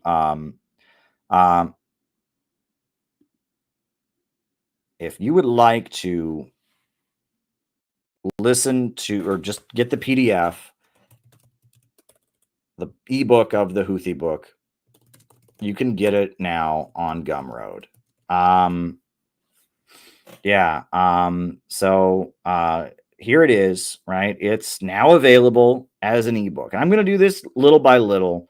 I'm not going to do it all at once. I'm going to do it little by little with all my books. I'm going to start putting them on Gumroad. I don't want them as ebooks on Amazon. That's too easy. I don't like that. I want people, if they buy them on Amazon, to buy an actual book. But I sold the Kamala book. I sold, about 800 copies of the Kamala book on Gumroad. And so I'm going to sell this on Gumroad. So it's available now on Gumroad. If you want a copy of my book, Who Are the Houthis and What Are They Fighting For? It is now available on the Gumroad. It's on the Gumroad. On the Gumroad, I say. I see you've got it on the Gumroad there, young man. Why do you have it there on the Gumroad? Right? Something sketchy about it. It's on the Gumroad. There it is. Well, it's now on the Gumroad. So if you want to listen to the audiobook, you can listen to the audiobook on YouTube. If you want a print edition, you can buy it on Amazon. And now, if you want the PDF of the book, you can get it on the Gumroad. You can order it on Gumroad. That's a site. That's a good site where you can sell files. And so gradually, I'm going to start putting all the CPI books up on Gumroad. That's going to be one of my projects. And I'm going to make audiobooks of as many of them as I can, of all of them. I started reading Capitalism Must Be Destroyed, the compilation of my work from 2007 to 2015, the various articles I wrote. I started that, and eventually we'll have a full audiobook of that. I'm going to have an audiobook of all of my books. I'm going to get an audiobook. Tyler did a great audiobook of Where is America Going? Just absolutely great. And it was absolutely tremendous. And so I'm going to do audiobooks. That takes a while, though. You got to read them out loud, right? You can't just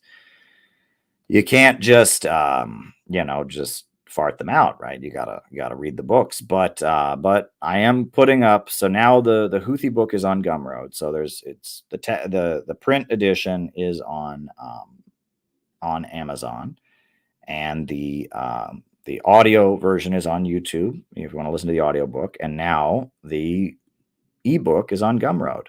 So there you go. Check it out. Another thing I would like to do, I don't know if you saw, but during the Democrat convention, we distributed 1,000 copies of the Kamala Harris book and 1,000 copies of the growth booklet. We distributed them at the Democrat convention as a way of spreading our message. That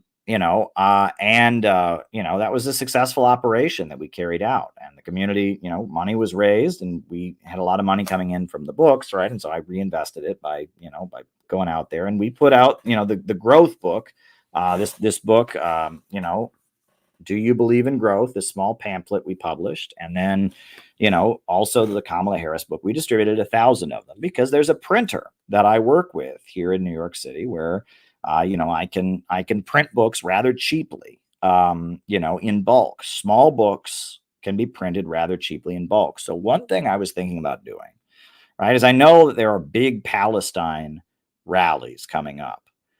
I am thinking that it would be good to do a mass distribution of the Houthi book at Palestine rallies. Now, obviously, that's not on our agenda right now.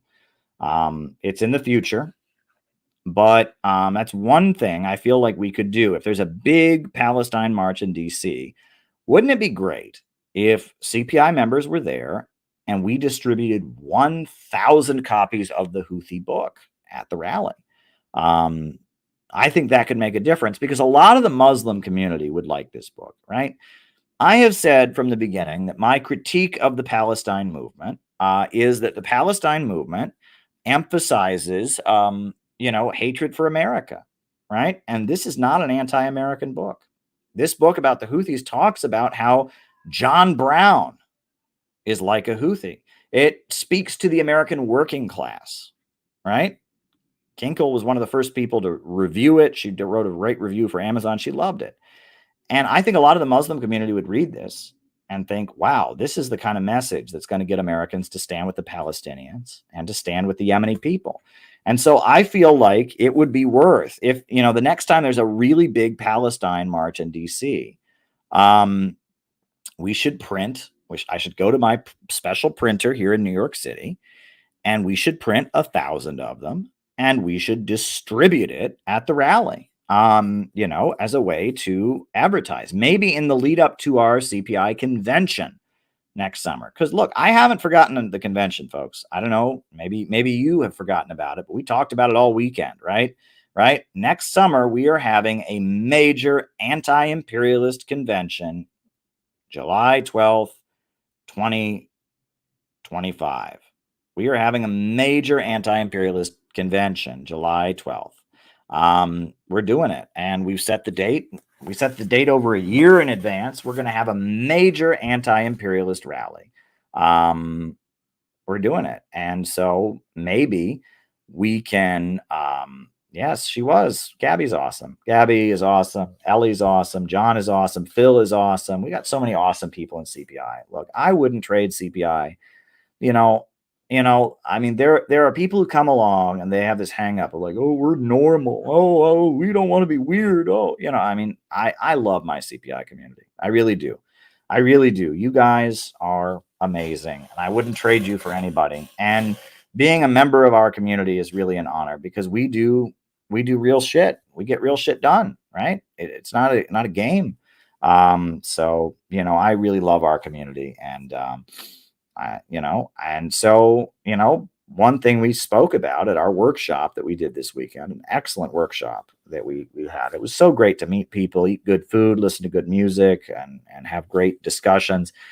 One thing that we talked about is how are we going to fill up that convention? We need to have an anti-imperialist rally next summer. We need to do it. It is urgent that it happen. How can we get it done? Well, how can we do it? Well, maybe this can be a way we build it, right? Maybe this, we can put a poster for that convention on the back of these books, and we can distribute them at the big Palestine rally as a way to build for the convention.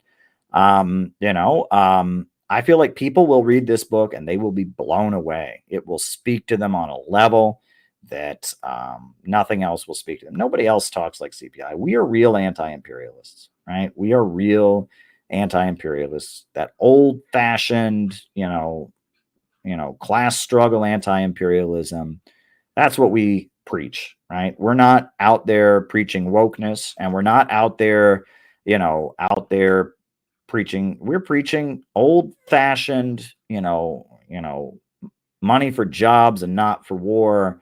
I mean, we're preaching real, genuine anti-imperialist working class rhetoric, and there's such an urgent need for it. Funky knows exactly what I'm talking about. Funky knows exactly what I'm talking about. There is an urgent need for what we are doing, and I am committed to making it happen. I'm not committed to just coming on here every night and putting on a show. I'm committed to making it happen, right? We've got to get people to understand that our real enemy is at home, and the future of the American working families is in a new America that's friendly with Russia, friendly with China, friendly with Venezuela, friendly with Iran, and the big banks and monopolies that are setting up a low-wage police state have got to be opposed. We got to defend our civil liberties, and we got to have an economy that promotes economic growth, right? We got to have a growth-centered economy.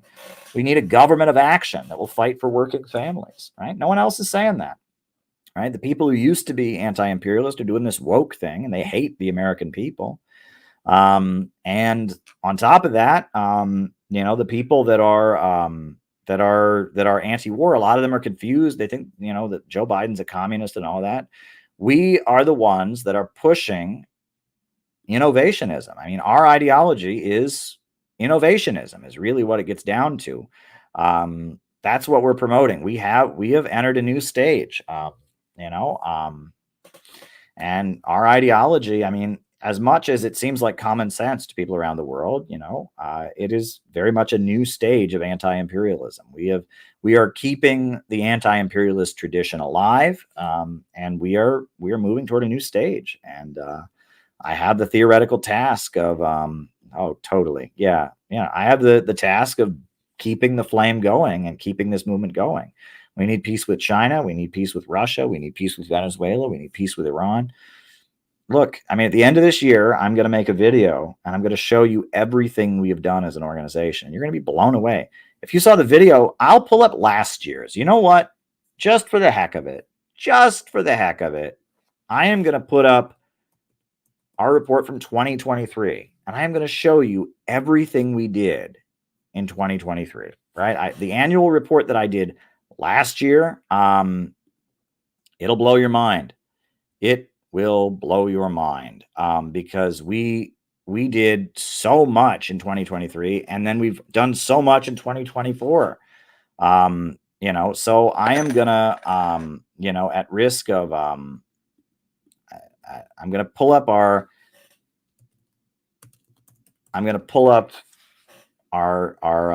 annual report from last year, if I can find it, right? I'm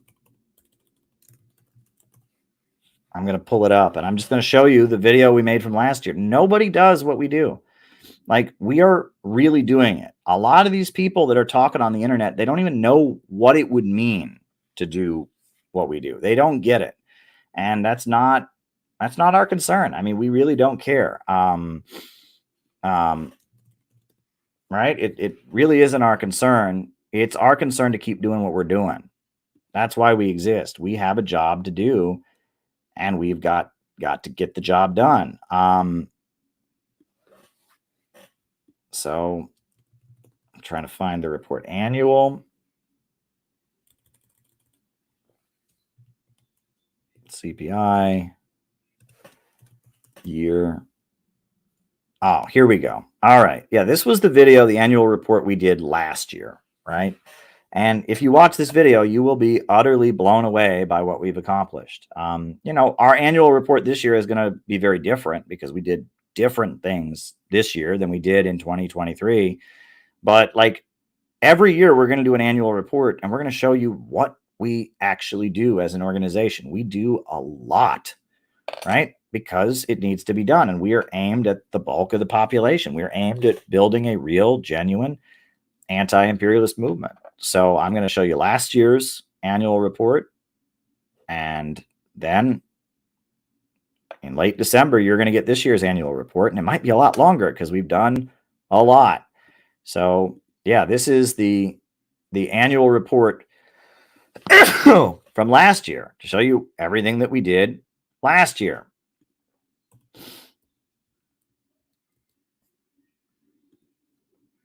Greetings, everyone, and Happy New Year. This is my annual report about what the Center for Political Innovation has done in the year of 2023. Now, we've had scores of new members join, and we've engaged in all kinds of very serious activities aimed at spreading anti-imperialism and a message of revolutionary hope and optimism among the American people. I will quickly go over some of what we accomplished in the year of 2023. On February 19th, the Center for Political Innovation sponsored the biggest anti-war protest that has happened in 20 years. The Rage Against the War Machine rally brought together a number of important personalities, different figures to oppose the drive toward war against Russia and China. We then sponsored a reception that took place after the Rage Against the War Machine rally, where we gave a platform to Scott Ritter. Our reception, held at a hotel near the White House, was attended by over 160 people. It was a great step forward for our organization. March 5th, we published this book, Where is America Going? Marxism, MAGA, and the Coming Revolution. The book has received a number of very positive reviews. It was featured on Kim Iverson's show, and hundreds of copies of the book have sold. I recently signed a contract for the book to be published in Chinese, and that's coming up in 2024. Now, March 25th and 26th, we held a 2-day Summit Against Hypocrisy in Washington, D.C. to counter Joe Biden's Summit for Democracy. 75 people attended this 2-day anti-imperialist conference. Peter Coffin created a documentary film about it. March 30th, 5 members of the Center for Political Innovation confronted Tsai Ing-wen, the so-called president of Taiwan, when she was in New York City. We confronted her saying, "Stop selling war in our country." The video clip of us confronting the Taiwan official went viral in Chinese media. We were featured in the Global Times. Center for Political Innovation joined the Libertarian Party and the People's Party to have a rally in New York City's Union Square, raising awareness about the need to stop the war drive against Russia and China. Our rally then marched from the Union Square Assembly Point up to the United Nations, where the New York City Peace March, convened by religious leaders, was taking place. We joined the religious rally where the Ukrainian Orthodox Church, that's facing heavy persecution at the hands of the U.S.-backed NATO regime in Kiev, was given a platform. I also took the podium to represent the Center for Political Innovation alongside a number of New York City's most prominent pastors, imams, and rabbis. And later, the Center for Political Innovation was invited to a reception at the United Nations to discuss future peace marches convened by clergy in New York City. In June, the Center for Political Innovation held a weekend workshop in Missouri. 40 people gathered for 3 days of socialist education, group bonding activities, discussion, and strategy. On July 10th, the Center for Political Innovation convened an event in New York City called Money and American Injustice. The event featured critiques of the U.S. legal system and how it unfairly targets low-income and working-class people. The guests of honor were representatives of the People's Democratic Uhuru movement that are currently facing an FBI Department of Justice indictment, calling them Russian agents. Peter Coffin made another documentary film highlighting the event and how the U.S. legal system unfairly targets the working class. On August 6th, the Center for Political Innovation co-sponsored a National Day of Action called Humanity for Peace, convened on the anniversary of the bombing of Hiroshima.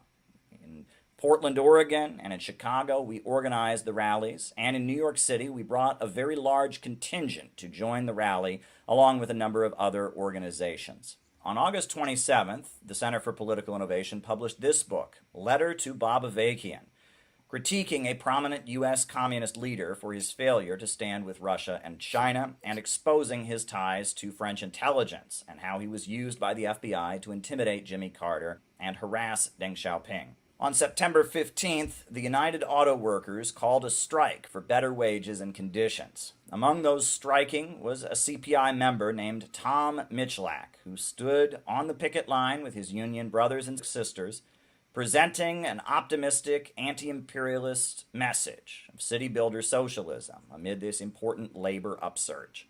On September 20th, during the United Nations General Assembly, the president of the Islamic Republic of Iran, Ibrahim Riazi, sat down with myself, the founder of the Center for Political Innovation, for a full interview.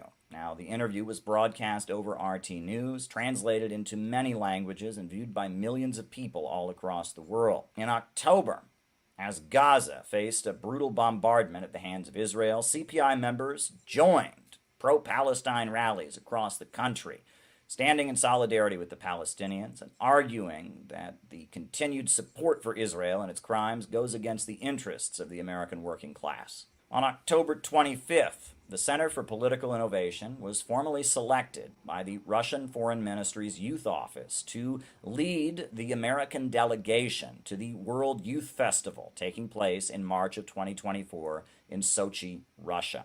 We were honored to take on this responsibility and immediately spoke with the Party of Communists as well as the American Student Union. And we have now successfully formed a national preparatory committee for an American delegation to the festival. I personally attended the International Council of the World Youth Festival that took place in Moscow. November 4th, the Center for Political Innovation was a co-sponsor of the Black People's March on the White House, highlighting the Uhuru movement and their persecution by the Department of Justice. CPI member John McCarthy was invited to speak at the rally, and afterwards had dinner with Chairman O'Malley and the leaders of the Uhuru movement, who personally thanked CPI for our efforts and hard work in support of them. On November 19th and 20th, the Center for Political Innovation's president, Elizabeth Young, attended the 5th International Conference of the World Anti-Imperialist Platform in Athens, Greece. Elizabeth spoke to the gathering, highlighting the urgent need for anti-imperialist organizing in America and explaining CPI's role and activities. On November 30th, CPI organizers visited 3 different campuses in Portland, Oregon, and unfurled American flags and Palestinian flags, as well as a banner that said, "Money for jobs and schools in America, not weapons for Israel." Footage of these dramatic interventions that were very well received by passers-by and locals in Portland will be included in Peter Coffin's upcoming documentary film. December 1st, the night before our national convention in Portland, Oregon, we held an event at a church, along with the Party of Communists USA, to give a platform to Jyoti Brar, the leader of the World Anti-Imperialist Platform. She spoke and gave a lengthy presentation about the need to stand with Russia and China, the need to stand with Iran and the Palestinians, and the fight against opportunism in the international communist movement. On December 2nd, the Center for Political Innovation held its first national convention in Portland, Oregon. The event was attended by over 150 people. Scott Ritter, Garland Nixon, Syed Hosseini, Jyoti Brar, Lee Stranahan, David Rovics, and many other prominent guest speakers performed and spoke. In addition to that, we had guest speakers from Veterans for Peace, Seattle for Assange, the Party of Communists USA, the American Student Union, and other organizations. Chairman O'Malley of the Uhuru movement made a special video message thanking us for our support and supporting the conference overall. We also had video messages from Tara Reid and Craig Pasta Jardula of the Convo Couch. On December 3rd, members of the Center for Political Innovation, who are of religious inclination, founded City Builders Ministries at a special gathering in Portland, Oregon. We discussed about building a campus ministry oriented toward anti-imperialism and working-class politics, showing that Christianity and socialism can overlap, especially in the 21st century. December 8th, 9th, and 10th, we had yet another weekend workshop, this time for new members in the Pacific Northwest region. A number of people have joined the organization since our December 2nd convention, and I think it's fair to say that our organization is marching ahead. Now, we intend to put forward an annual report like this every year. So that was the report last year, and it's going to be shorter. That is shorter than the report that we're going to do this year. I mean, the report that we do this year is going to be like twice as long as that. We are doing real shit. We're doing real shit, and I cannot emphasize that enough. People don't seem to understand that being an anti-imperialist doesn't just mean, you know, watching videos on the internet. And people don't understand that it's not about building a fandom. It's about building a real organization to carry out real operations. 1,000 copies of this growth booklet was distributed at the Democratic Convention. 1,000, right? 1,000 copies of the Kamala Harris book was distributed. I mean, we went to Russia and represented the United States, and we actually got to speak with Russian President Vladimir Putin. You know, we had a big event at Los Angeles Family Church talking about peace on the Korean Peninsula. It looks like we're going to have a small event later this week, kind of that might be filmed, something like that. You'll hear more about that afterwards. I guess I'm going to be on a panel. It's going to be a little interesting, but we'll see what happens tomorrow or happens on Thursday. I mean, we get real stuff done. We are a real community, and we are taking this to a whole new stage, right? We're talking about innovationism. We're talking about, you know, we're dropping the use of the word communism. We're emphasizing pro-growth politics. We're putting forward an economic program that can actually win people over. We're doing real stuff that's getting real things done. And it's really, really important what we're doing. And people just don't get that. Look, a lot of these people don't even understand what it means to be in an organization. They don't understand what it means to do outreach. And it's not easy. It's really not easy. You know, when other people are relying on you to get stuff done, when you're representing the organization internationally, when you're having rallies domestically and all of that.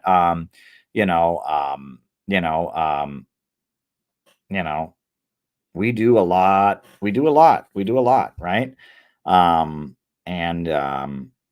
Yeah. So if you want to do it with us, come on board. Right now, we're trying to figure out a way to make our group financially sustainable. And that means empowering our members, because I think a lot of our members have real potential, but they need support, right? I wouldn't be where I am without the support of my comrades, but we need people to figure out how they can support themselves financially and be part of an anti-imperialist community. And it's going to be quite difficult, but we're rethinking the financial model of the organization right now, and developing in new ways. It's very, very exciting. And I mean, I've got like a whole organizational plan, and I'm studying different things, and I studied what the Uhuru movement has done. And we're trying to figure out how we can actually build a sustainable model for organizing. It's very exciting. It's really, really exciting. And look, I don't give up. And that's one thing, that there's a lot of people who they try this for a little bit and they don't get the immediate payout they're looking for. And then they're like, oh, I'm done. Not me.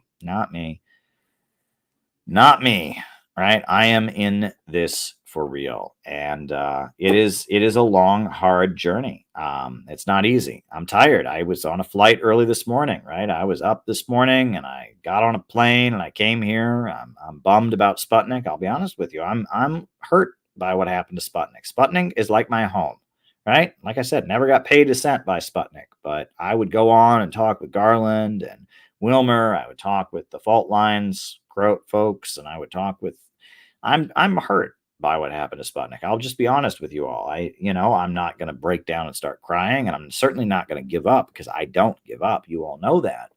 But I'm hurt by it, right? It's almost like losing a member of my family, right? Or losing losing a home or something. I mean, it's just, Sputnik is so amazing. And what the broadcast that they do every day, and the people that they've brought, the personalities that come out, I am really hurt by seeing Sputnik go.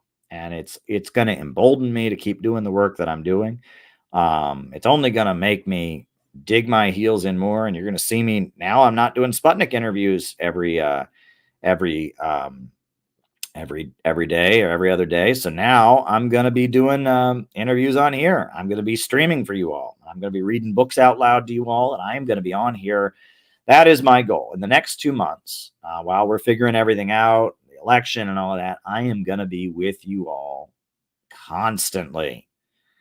I am going to be with you all on this channel as much as I possibly can. And if they take this channel down, I'm on Rumble, right? I'll stream on Rumble. And I've got other channels where you can find me and stuff. So, but I am going to keep going because I believe in what I'm doing. And I am motivated by love for our community. And I don't surrender. I don't back down. But yeah, I mean, it makes me angry. It makes me genuinely angry. You got U.S. reporters in Russia that are basically spies who get freed, who get allowed to do their work. But we can't do Sputnik here. We can't do my RT-UN reporting here. I mean, this is so ridiculous. Absolutely ridiculous. Absolutely ridiculous. So, yeah. That's my opinion. That is my opinion. So listen, folks, we've been going for about 2 hours now. We got 3 super chats that have come in. I don't see any Rumble rants that have come in. So if you got anything you want me to talk about in the second half of our show, now would be the time to send the super chats. Send the super chats and send the Rumble rants. So while you're thinking of what you want me to talk about in the second half of the show, let's do the roll call. Names and locations, folks. Names and locations. I will call you all out as I see you. Names and locations, names and locations, names and locations. Names and locations. Names and locations. Who's with us? Names and locations. Names and locations. Finger Man in St. Joseph, Missouri. Welcome, Fingerman. Welcome. Is that your name? John Fingerman? Jenny Lynn in Cincinnati. Jacob in Wisconsin. Balthazar in Oakland. Courtney in Virginia. Bill Murphy in Virginia, Dan in Los Angeles area, Dan Niswander, Anthony in Detroit, Scott in Maryland, Rice from Adelaide, Australia, The Finger. Bum, bum, bum. The Finger. Dustin Schlesinger in Cleveland. The Great Mojave Desert, Kinkle. Gabby's out in Chicago doing great work like she always does. Names and locations. Names and locations. Who is with us tonight? Denver. It was so great to meet you, Denver. And Denver, you deserve a wrench. Now that I've met you in person and now that you're a member of this group and you're doing great stuff, you're getting a wrench. Denver, I'm gonna wrench you. I'm giving you, I'm pushing add moderator. Denver, you have been added. You are a moderator. Carter, Chris in Salt Lake City, Mexico, Ottawa, Viva CPI from Tijuana, Mexico, Mundo Cat. Welcome, welcome, welcome. Patrick in Maine. Welcome, welcome, welcome. Patrick, always good to have you. Names and locations, names and locations. Who is with us tonight? Names and locations, names and locations. Names and locations. Who is with us tonight? Names and locations, names and locations. Anybody else? Going once, going twice. Names and locations, names and locations. Names and locations, names and locations.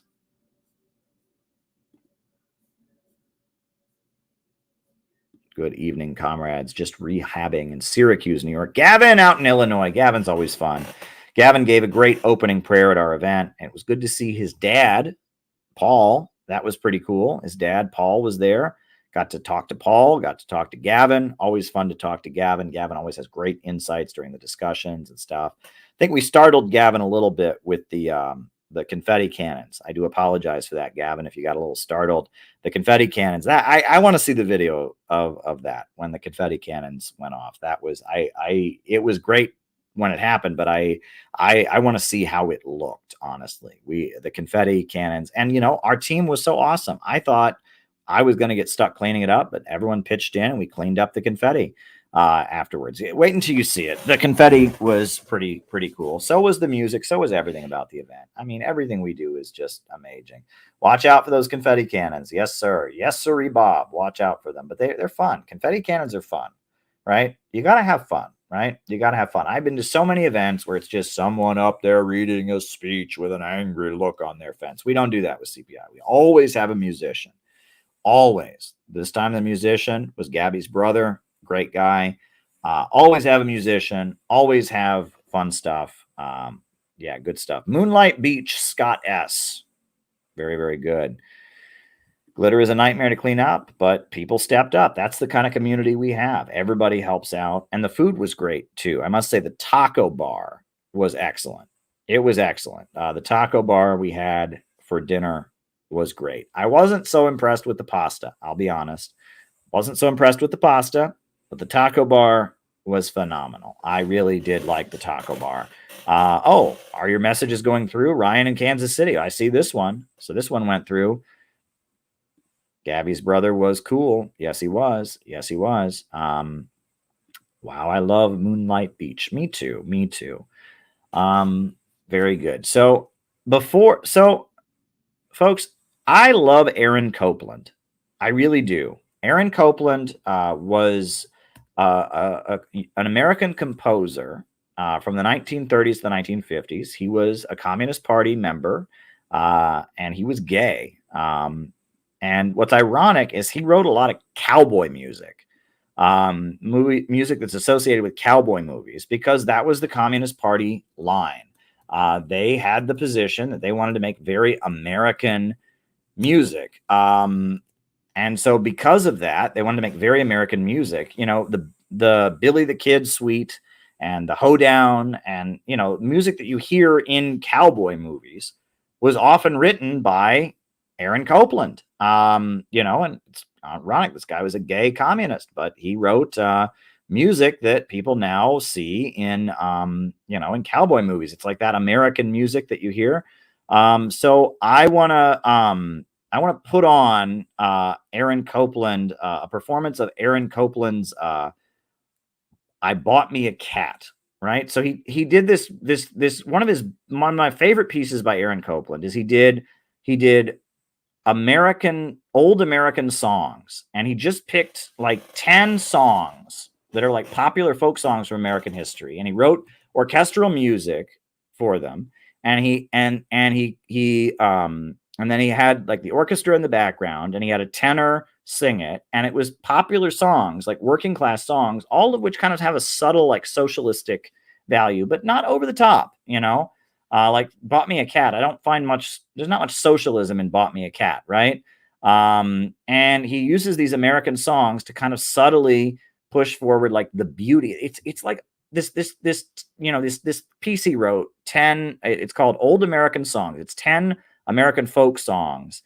Jing-a-ling-ling-jing. Yes, he does that one. That's the last one he does, which is actually a hymn of Haitian origin. Did you know that? That the last song is a Christian hymn called Ching-a-ring, ching-ching, and it's actually from Haiti, right? I didn't even know that. It's wild, but I love Aaron Copland, right? And he's this communist, and during the height of McCarthyism, when he was being blacklisted and all of this, he did a piece of music. He did 10 old American songs, and it's like a love letter to the American people, because that was the Communist Popular Front line.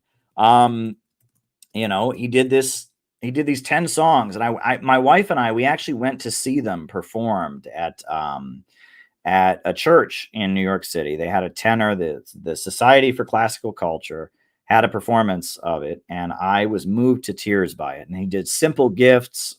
He did the Boatman's Dance. I mean, it was just so beautiful, right? And the fact that he wrote this piece, it's a love letter to the American people, right? It's showing the beauty in American culture, the growth, the optimism, and it's just really, really beautiful. So I'm going to show you a couple pieces from Aaron Copland's 10 his old American songs. This is called Bought Me a Cat. And it's just an old like folk song for kids that he rewrote in kind of a fun way with orchestra behind it. And it's really nice. I don't know what to say about it. So I'll do a couple more of them. Here we go. I bought me a cat, my cat pleased me. I fed my cat on the onion tree. My cat says fiddle I feed.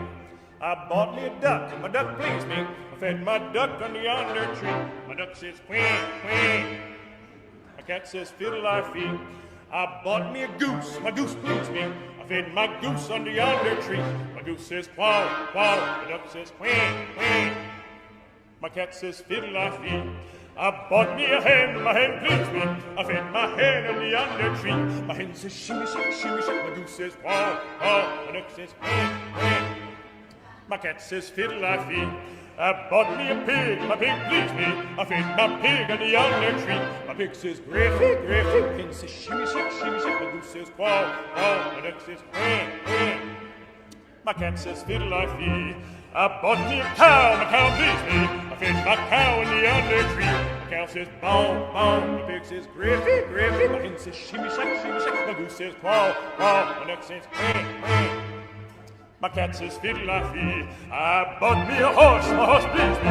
I fed my horse in the under tree. My horse says neigh, neigh. My cow says bow, bow. My pig says griffy, griffy. My hen says shimmy, shack, shimmy, shack. My goose says quaw, quaw. My duck says quack, quack.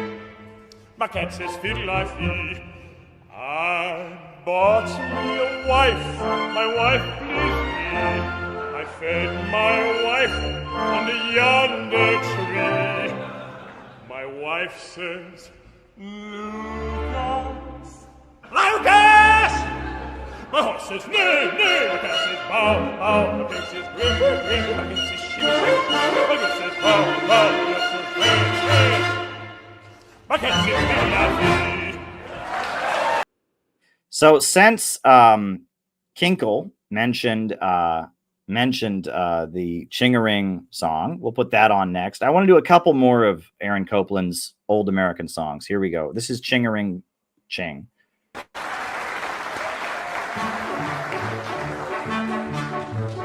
Ching Ching-a-ring-a-ring, ching-ching, oh, ding-a-ding-kum-a-lucky, ching-a-ring-a-ring, ching-ching, oh, a-ding-kum-a-lucky.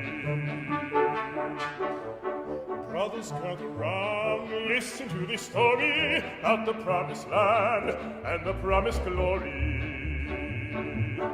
You don't need to fear if you have no money. You don't need to care to buy your milk and honey. There you ride inside, coach with 4 white horses. There the evening beer has 1, 2, 3, 4 courses. Ching-a-ring-a-ring, ching, ching-a-ring, ching, oh, ding-a-ding-kum-a-lucky. Ching-a-ring-a-ring, ching, oh, ding-kum-a-lucky.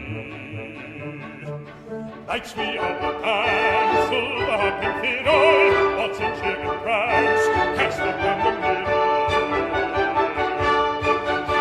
When the morning comes, all the kindness splendor, stand out in the sun and hear that holy thunder.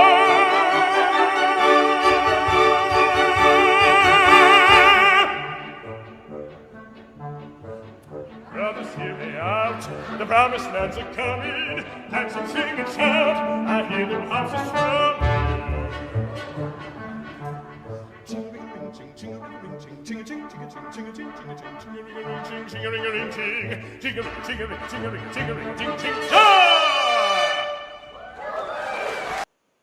Yeah. So we'll do one more. Maybe a couple more. We'll see how quickly this one goes. Obviously, Aaron Copland, he was very famous for a piece of music he wrote called Appalachian Spring, and he made popular the anthem of the Shakers. Now, the Shakers were a religious sect in the United States in like the 1800s. They were what you might call utopian socialists, but they were also very much into sexual chastity, and they made really good furniture. Shaker furniture is really famous. So the anthem of the Shaker movement, which was led by a woman who claimed to be a prophet, the anthem of the Shaker movement is known as Simple Gifts. And Aaron Copland, it had kind of been forgotten, the Simple Gifts anthem. But Aaron Copland, the communist composer, he made it popular again with his musical piece, Appalachian Spring. So, of course, when he's doing old American songs, he has to do Simple Gifts, which is an old American socialist. I don't know if socialist is the right word. It was used by a religious movement that practiced utopian Christianity. So this is Aaron Copland's Simple Gifts by the Shaker movement. Many people think that this is a Quaker song. It is not a Quaker song. This is the song of the Shakers. Right? The Shakers were a very obscure sect that operated in New England.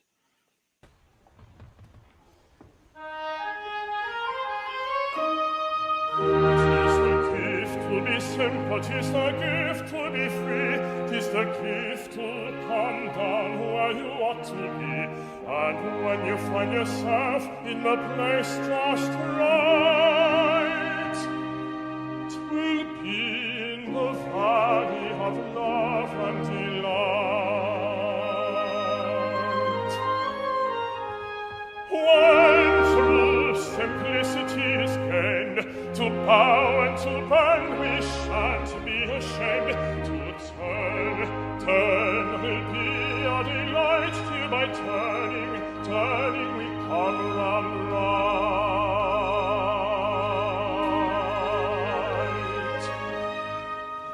'Tis a gift to be simple, 'tis a gift to be free, 'tis the gift to come down where you ought to be. And when you find yourself in the place just right,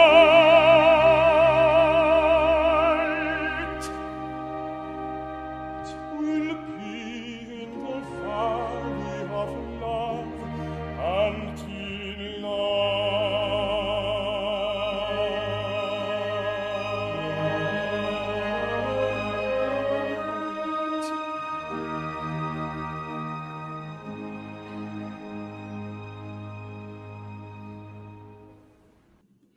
Right. So that is Simple Gifts, which obviously Aaron Copland was going to do Simple Gifts because he's Aaron Copland, and that he made the song popular in America again. It had been kind of a forgotten anthem of this obscure religious group. And then he, I bet you did. It's a very popular, it's an old American hymn from a very obscure religious sect that Aaron Copland, the communist composer, made famous again by using it in Appalachian Springs. But we'll do one more, and it's an upbeat one. It's called The Boatman's Dance.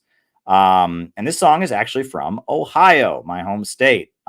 It's the song of the boatmen on the Ohio River. When they used to have, barges in the Ohio River transporting goods, the boatmen did a song. And I believe, if I'm not mistaken, a lot of the boatmen were African American. If I'm not mistaken, I believe a lot of them were black. I don't know if this is if that is the case. I do know that Aaron Copland was very careful in the lyrics that he wrote for this song because he didn't want to be accused of being racist. I believe this is an African American song, The Boatman's Dance. But I'm not sure of that. I do know the quote. They always say Aaron Copland is quoted as saying he wrote the lyrics very carefully. He didn't want to be accused of racism.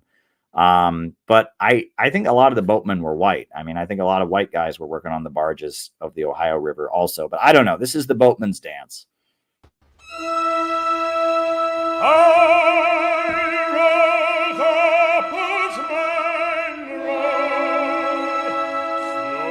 Down the river, the Ohio.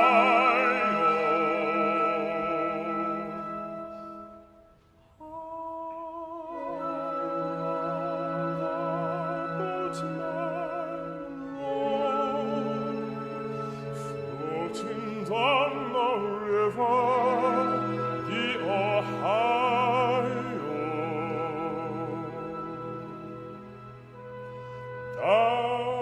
Boatmen dance, the boatmen sing, the boatmen up to anything. And when the boatman hits on shore, he spends his cash, then works for more. Oh, dance, the boatmen dance, oh, dance, the boatmen dance. Oh, dance all night, to broad daylight, and go home with the gals in the morning.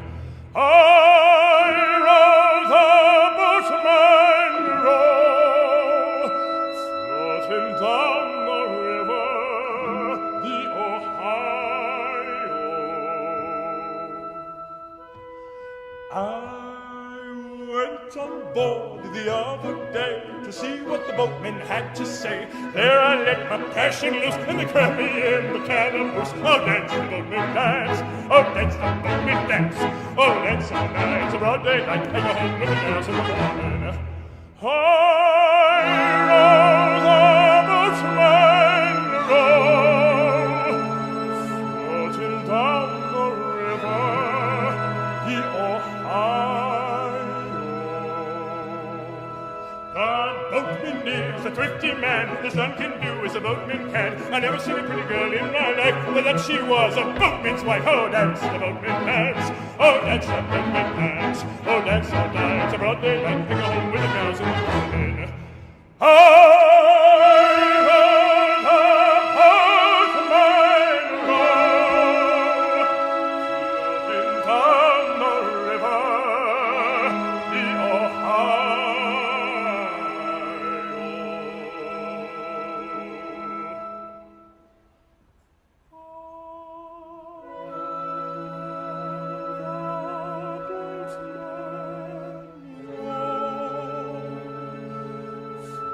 Floating down the river, the Ohio.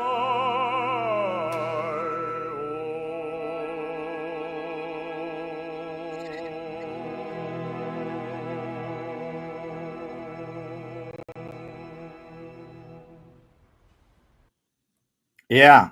So that is Aaron Copland. And I think it's absolutely beautiful on a number of levels. First of all, because Aaron Copland, he was a communist and he was blacklisted.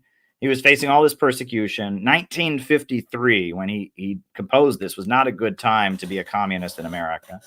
But yet he decided to compose this piece of 10 American songs that you listen to. It is just a love letter to the American people. But it's highlighting the good things about the American people, the optimism, the growth, the cynicism and with authority, the belief that, that we could build a better world for all, anti-racism, the struggles of black people. You listen to the 10 American songs that, you know, the old American songs of Aaron Copland, it always moves me because you listen to it, it is very much a celebration of America at a time when America was particularly not good to the guy who composed them. He was, you know, being persecuted and being blacklisted and all of that. So it really goes to show you. And it's also very much, I mean, now leftism is anti-populist, right? Now leftism is very much the idea, oh, the American people are the enemy. You know, but the American people are not the enemy in Aaron Copland. I mean, Aaron Copland, hey, he was a Jewish guy, a communist, a gay guy, but he wrote, his music is love of the American people. He also wrote a beautiful piece honoring Abraham Lincoln during the 1930s called The Lincoln Portrait, that has a guy reading aloud quotes from Abraham Lincoln against slavery and against racism while the orchestra plays triumphant music. Aaron Copland, if you really want to understand how to really be an anti-imperialist in America, how to really be an innovationist. I used to say being a communist, but now I'm at the point where I don't feel any loyalty to that word. If you really want to understand what our ideology is about, innovationism, go and listen to some Aaron Copland. Go and listen to old American songs by Aaron Copland. Go and listen to The Lincoln Portrait by Aaron Copland. Go and listen to Aaron Copland, who was a loyal Communist Party member up from the 1930s up into the 1950s, and you will hear music of somebody who loved the American people, had a deep spiritual connection with the American people, but was inspired to fight against fascism and fight against racism and fight against imperialism and stand with the Soviet Union. I mean, this was a guy, I mean, he was one of the great composers. He spoke along with Shostakovich at the Waldorf Peace Conference that was held in the 1950s, right? That was like, you know, the FBI was raiding it and dragging people out of their hotel rooms. At the Waldorf Astoria Hotel, he and Shostakovich put on a cultural conference for world peace that was threatened by the FBI. Aaron Copland was a great anti-imperialist in so many ways, just a great person, but he didn't hate the American people. He had the communist line, the Earl Browder, Gus Hall, William Z. Foster line that the American people are not the enemy, that the American people must be loved. And even amid McCarthyism, he writes this beautiful love letter to the American people, this beautiful piece that just celebrates the American people. So we got 3 super chats that have come in.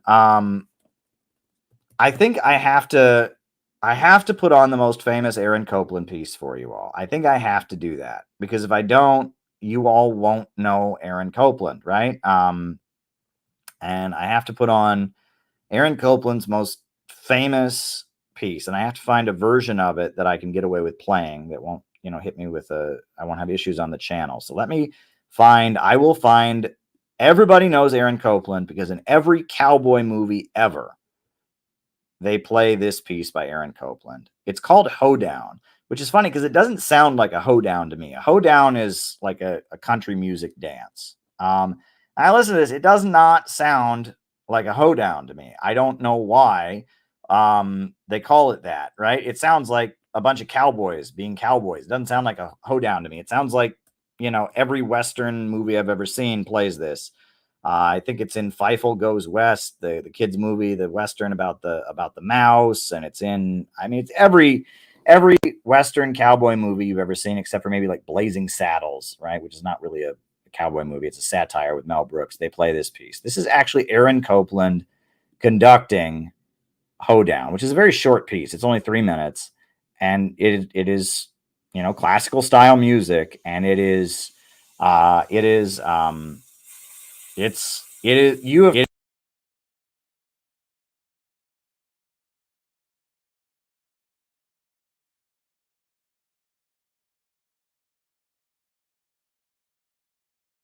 Sorry, got muted there. If you watch American television, you've heard this piece of music before. This is a part of Americana. This is, I think everybody has heard this piece of music before, but here we go. The famous Aaron Copland Hoedown.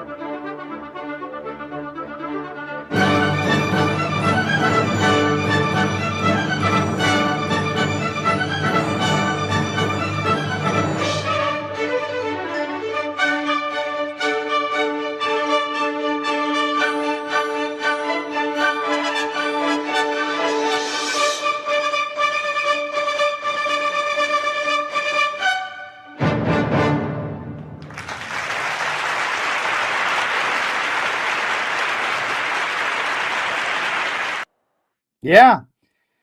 So again, you've heard that music before. If you like, it's in every cowboy movie ever.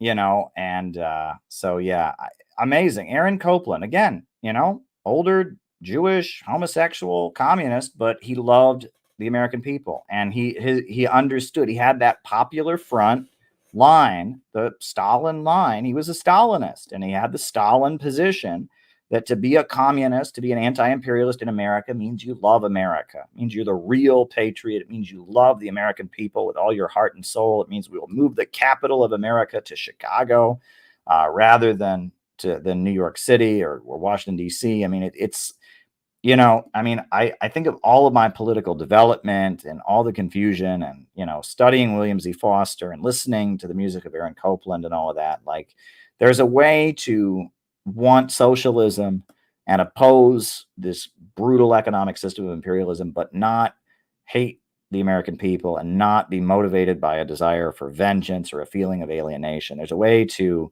be motivated spiritually to want a socialist society in a good, healthy way. And that's Aaron Copland. Go listen to Aaron Copland. All right. Welcome back from the workshop. Well, thank you, Joe. I'm glad to be back, and I'll be streaming as much as I can. You know, doing the best I can. That's all that I can do, right? I am an anti-imperialist. Look, there's some confusion. My job situation is unclear, right? Sputnik shut their doors today, which is tragic, you know, and I feel like I've lost a good friend. I haven't been on the air on RT in a while, and you know, I'm getting, you know, I'm at the moment I'm getting a little bit of severance. It's not clear what's going to happen. My job situation is up in the air, but I'm not on the air because of U.S. sanctions. I can't appear on RT due to U.S. law. But there's some confusion. People are saying I'm never going to be back on. That's not necessarily true, right? There's some different projects in the work. Never say never, right? And I haven't given up yet. Right?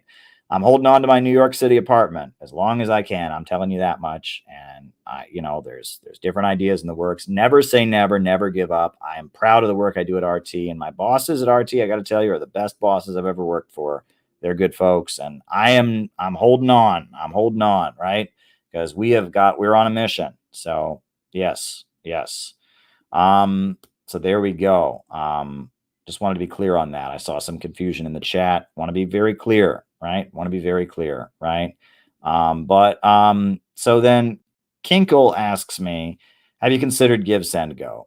I have, and I may set up on Give, Send, Go. I understand GoFundMe has engaged in a lot of censorship. You know, and I understand why you wouldn't want to give on there. So I do have the other option, right? If you want to support what we're doing, if you want to support our project, you can support us by using, you can support us by using, what do you call it?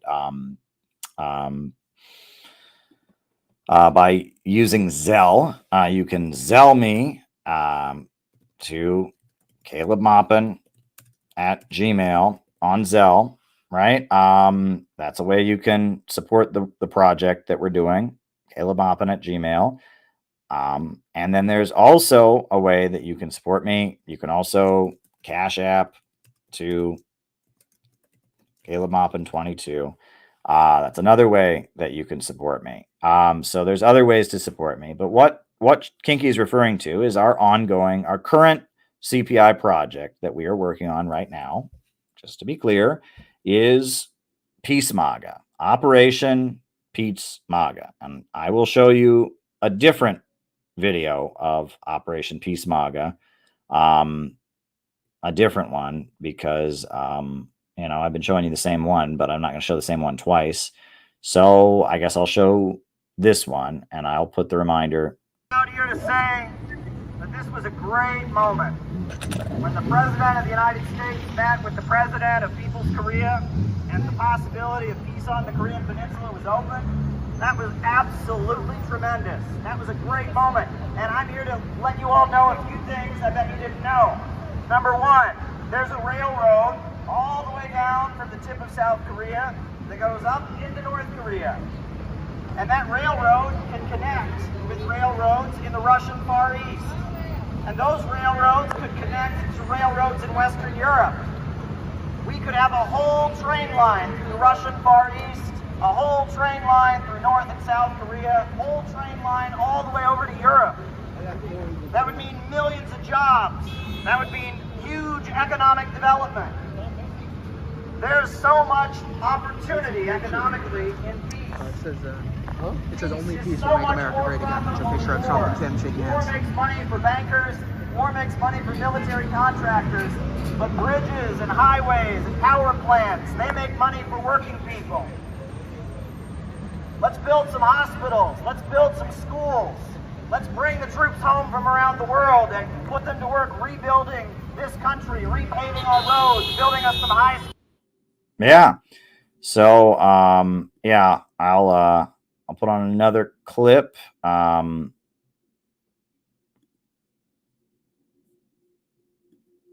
Live. All right, so we're out here in Trump Tower with a banner. And here on this banner, you will see the greatest thing that Donald Trump did in his entire presidency. He went and became the first president to ever visit the Democratic People's Republic of Korea, North Korea. This is a country that's been technically at war with the United States since the 1950s. But Donald Trump went there and offered a hand of friendship. He talked about peaceful reunification of the Korean Peninsula. And we're out here, some of us are going to vote for Trump, and some of us aren't, but we're out here to say this is the man that we want Donald Trump to be. We want Donald Trump to be a peace president. We want Donald Trump to make deals around the world. We want Donald Trump to bring peace to this world, peace through economic development. We are here to say that only peace can make America great again. And that what Donald Trump did on North Korea, that was awesome. And we want that to continue. We want more peace negotiations. We want more trade. We want more diplomacy. Let's start doing business with the world instead of bombing the world.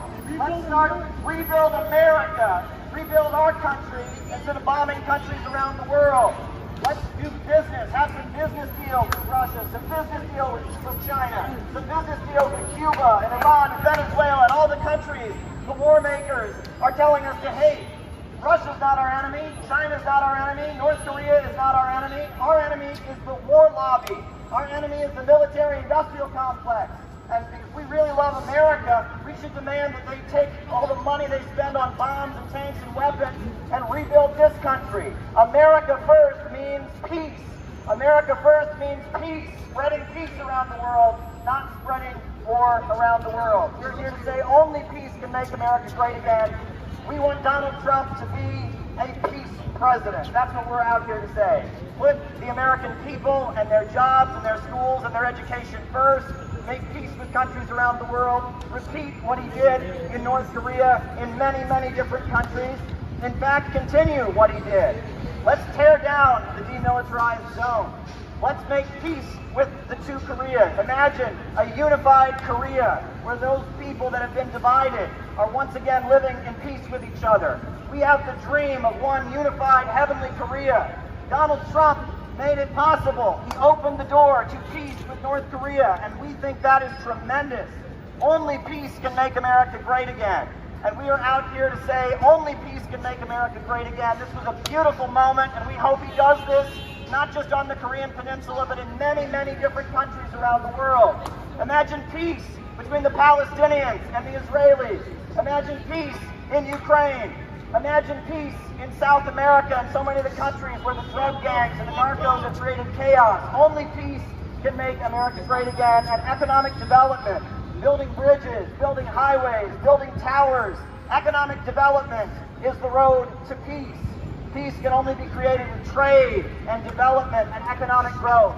Only peace can make America great again. And this is the man that we want Donald Trump to be. This brought tears to my eyes. I was so moved when this happened. To see the President of the United States and the President of North Korea shaking hands. This is what the new world could be. This is who we want Donald Trump to be. We want him to be a peace president. We want him to be a peace candidate in this election. We say only peace can make America great again. We're the Center for Political Innovation, and we are out here saying only peace can make America great again. This is who we want Donald Trump to be. Some of us are going to vote for him, some of us won't, but He needs to be a peace candidate because only peace can make America great again. Only peace can make America great again. We're not going to make the world great with missiles. We're not going to make the world great with bombs. We're going to make the world great with jobs, with healthcare, with electrification. That's how the world will be made great, and that's how America can be great. Spend the money, spend our tax money on new highways, bridges, and power plants. Bring the military home to help the people who've been affected by this hurricane. Why is it that people in North Carolina are left stranded while the National Guard is in the Middle East? We say America first. America first. Make America great again by making peace in the world. We got a lot of different people out here, a lot of different messages. Some of us are voting for Donald, some of us aren't. It's not about that. It's about a bigger message, which is peace. Only peace can make America great again. Only peace can make America great again. Only peace can make America great again. Jobs, schools, healthcare, education, not bombs and tanks and drones and destruction. Only peace can make America great again. Thank you, folks. Yeah. So shout out to Phil who filmed that clip. And so what about a people's fund so we can buy our politicians since money is all they respond to? Well, Kinkle, I got to tell you, they'll always have more money than us. The only answer is to build a movement, right? That's the only answer. We've got to build a movement that stands in solidarity with the anti-imperialist countries. In my presentations, I've talked about the sit-down strike wave. I've talked about how, the sit-down strikes of the 1930s, the 1934 strike wave of 1934, the general strikes of 1934. They were so effective because workers went out and demanded their rights, but they were doing so in solidarity with the Soviet Union and the global communist movement. We talk about the civil rights movement and how, because of the fact that the communists were calling out the U.S. government for Jim Crow segregation, because of that created an opening, for the black community to win victories, and that we need to build an anti-imperialist movement that occupies buildings, that sits down, that protests, that is out in the streets and is organizing and is holding our politicians accountable. We've got to build a movement. There's no way around it. We've got to build a movement. We've got to build a movement. We're not going to be able to outspend them. You actually made me think of an obscure presentation by Enver Hoxha. Enver Hoxha was the leader of socialist Albania. And in 1979, when the U.S. economy, the world economy, was in collapse, he spoke to a gathering of communist parties from around the world that were aligned with him. And he gave this presentation to those communist parties, and he gave them an orientation about how to operate amid an economic crisis. Because Enver Hoxha could remember the 1930s and World War II and all of that. He was the leader of socialist Albania. And he critiques left adventurism and terrorism. And he talks about how the ruling class will always be able to out-propagandize, right? Because they always will have bigger, more effective media. But but how we have to organize working class movements. This is a very powerful speech by Enver Hoxha, right? And you can critique Enver Hoxha, but this speech, he was a master tactician. You have to admit that. Albania, the Communist Party of Albania was like 5 people when the Nazis invaded. And by the time the Nazis left Albania, they were the ruling party. He knew what he was talking about. He understood how to organize people, and he organized the anti-Nazi resistance of Albania that brought the Labor Party of Albania to power and created a socialist society in Albania. And so when he's lecturing his followers from around the world, he gives them a very clear orientation about tactics. He says, whenever the capitalist bourgeoisie operates, it is striving with all its might to cope with the terrible economic crisis which has gripped it, which, far from diminishing, is becoming deeper by shifting its consequences onto the shoulders of the masses. The energy crisis, the financial crisis, the mounting prices, inflation, unemployment, and terrorism, which day by day is assuming alarming proportions, are arousing the distrust of the broad masses of the people toward the regimes ruling them. But at the same time, they frighten the middle strata of people, obscure their view of the future, of the ways and means to escape the crisis, that is, from the regime which has given birth to these evils. Precisely here, and in opposition to this situation, the burden falls on Marxist-Leninists and our parties to fight the opposing current, to find the current ways, means, and forms to mobilize the masses. In all capitalist countries, separately or jointly in their political, military, and economic organism in which they've assembled, there exists a situation of terrible crisis which has brought about consequences in the economy and all sectors of the country and has aroused the sentiments of internal disintegration of capitalist state and nationalism. Thus, in the capitalist and revisionist countries, we see the development of profound contradictions, not only between states combined in blocks, but also between individual states. Yeah, I would recommend going and reading Enver Hoxha's speech. Oh,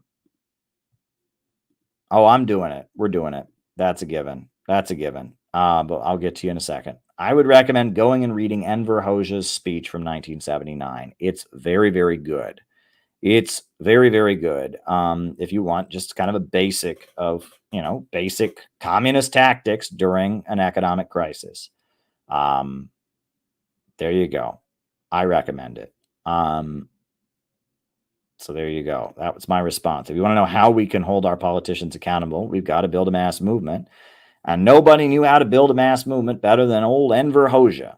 Enver Hoxha, why that Enver Hoxha, he knew how to build a mass movement. I will tell you, I think he was a little bit, his foreign policy was nuts, and that the final years of his leadership of Albania were not good. But I will say Enver Hoxha, in order to do what he did, to drive the Nazis out of Albania, there were no Soviet troops. I mean, it was all the Albanians, right? The Soviet Union liberated various Eastern European countries, but Albania and Yugoslavia, they fought the Nazis all by themselves. That Enver Hoxha, who was a communist from Albania, who fled, he was living in Paris, he ran a tobacco shop in Paris, and he went back to Albania when the Nazis invaded, and he built a liberation movement. He was the leader of a mass anti-Nazi resistance group that eventually created a socialist government. This book, The History of the Party of Labor of Albania, goes over, and it's brilliant because it goes over the tactics that were utilized by the Albanian Party of Labor, how they built the National Democratic Front, how they built the National Liberation Army to fight the Nazis. It was brilliant. Right? And how they were always one step ahead of the capitalists, and they were always forming new coalitions and new united fronts. It was brilliant. Brilliant stuff. When you were talking about, should we just create our own fund to buy the politicians? No, we should build a movement. And you made me think of a speech I read by Enver Hoxha, the leader of socialist Albania. I would recommend reading History of the Party of Labor of Albania, or go and read the speech that I just recommended from 1979 by Enver Hoxha. Enver Hoxha, a lot of people, Enver Hoxha gave a speech commemorating Che Guevara that was pretty, people didn't particularly like it. He kind of dumped on Che when Che died. But he made the point that you have to build a mass movement, and that Che Guevara in the final years, he adopted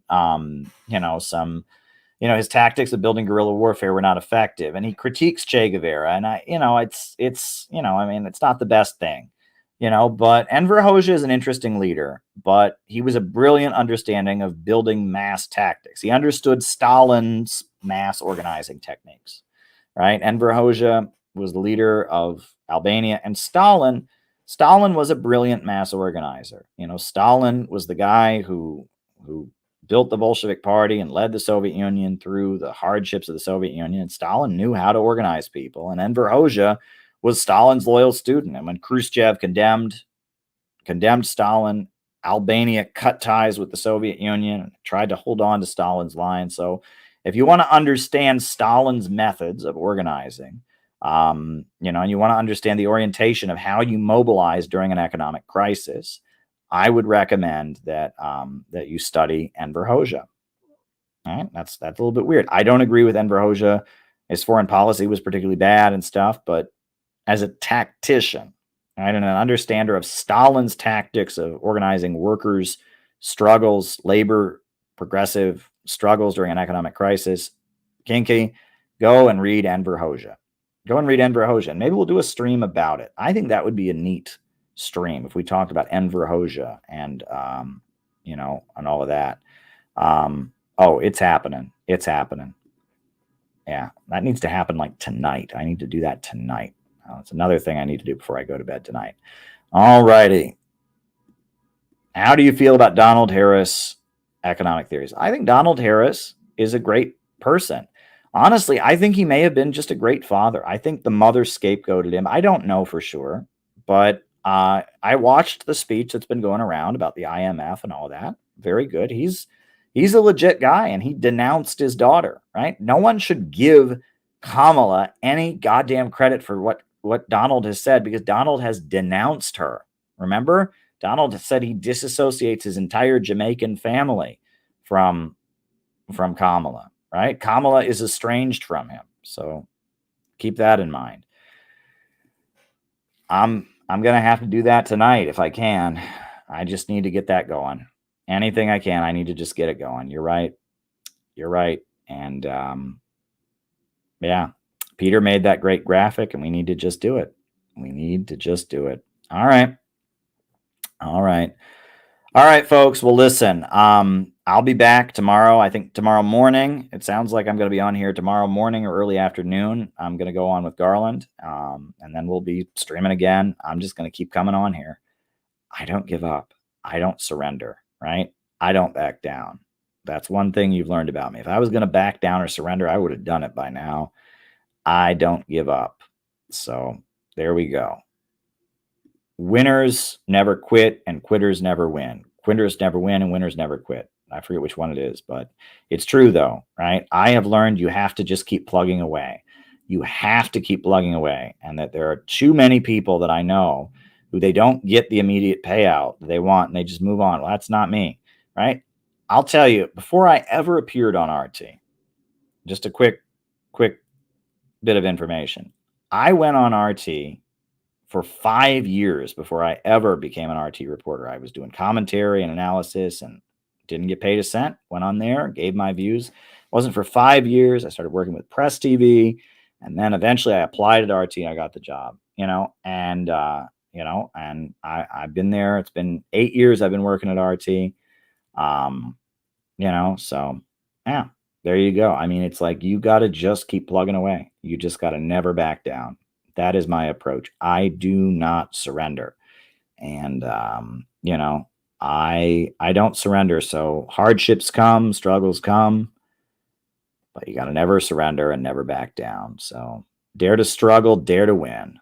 New upsurge in the struggle against U.S. imperialism is now emerging throughout the world. Ever since World War II, U.S. imperialism and its followers have been continuously launching wars of aggression. But the people of various countries have been continuously waging revolutionary wars to defeat their aggression. And while the danger of a new world war still exists, and the people of all countries must get prepared, revolution is the main trend in the world today.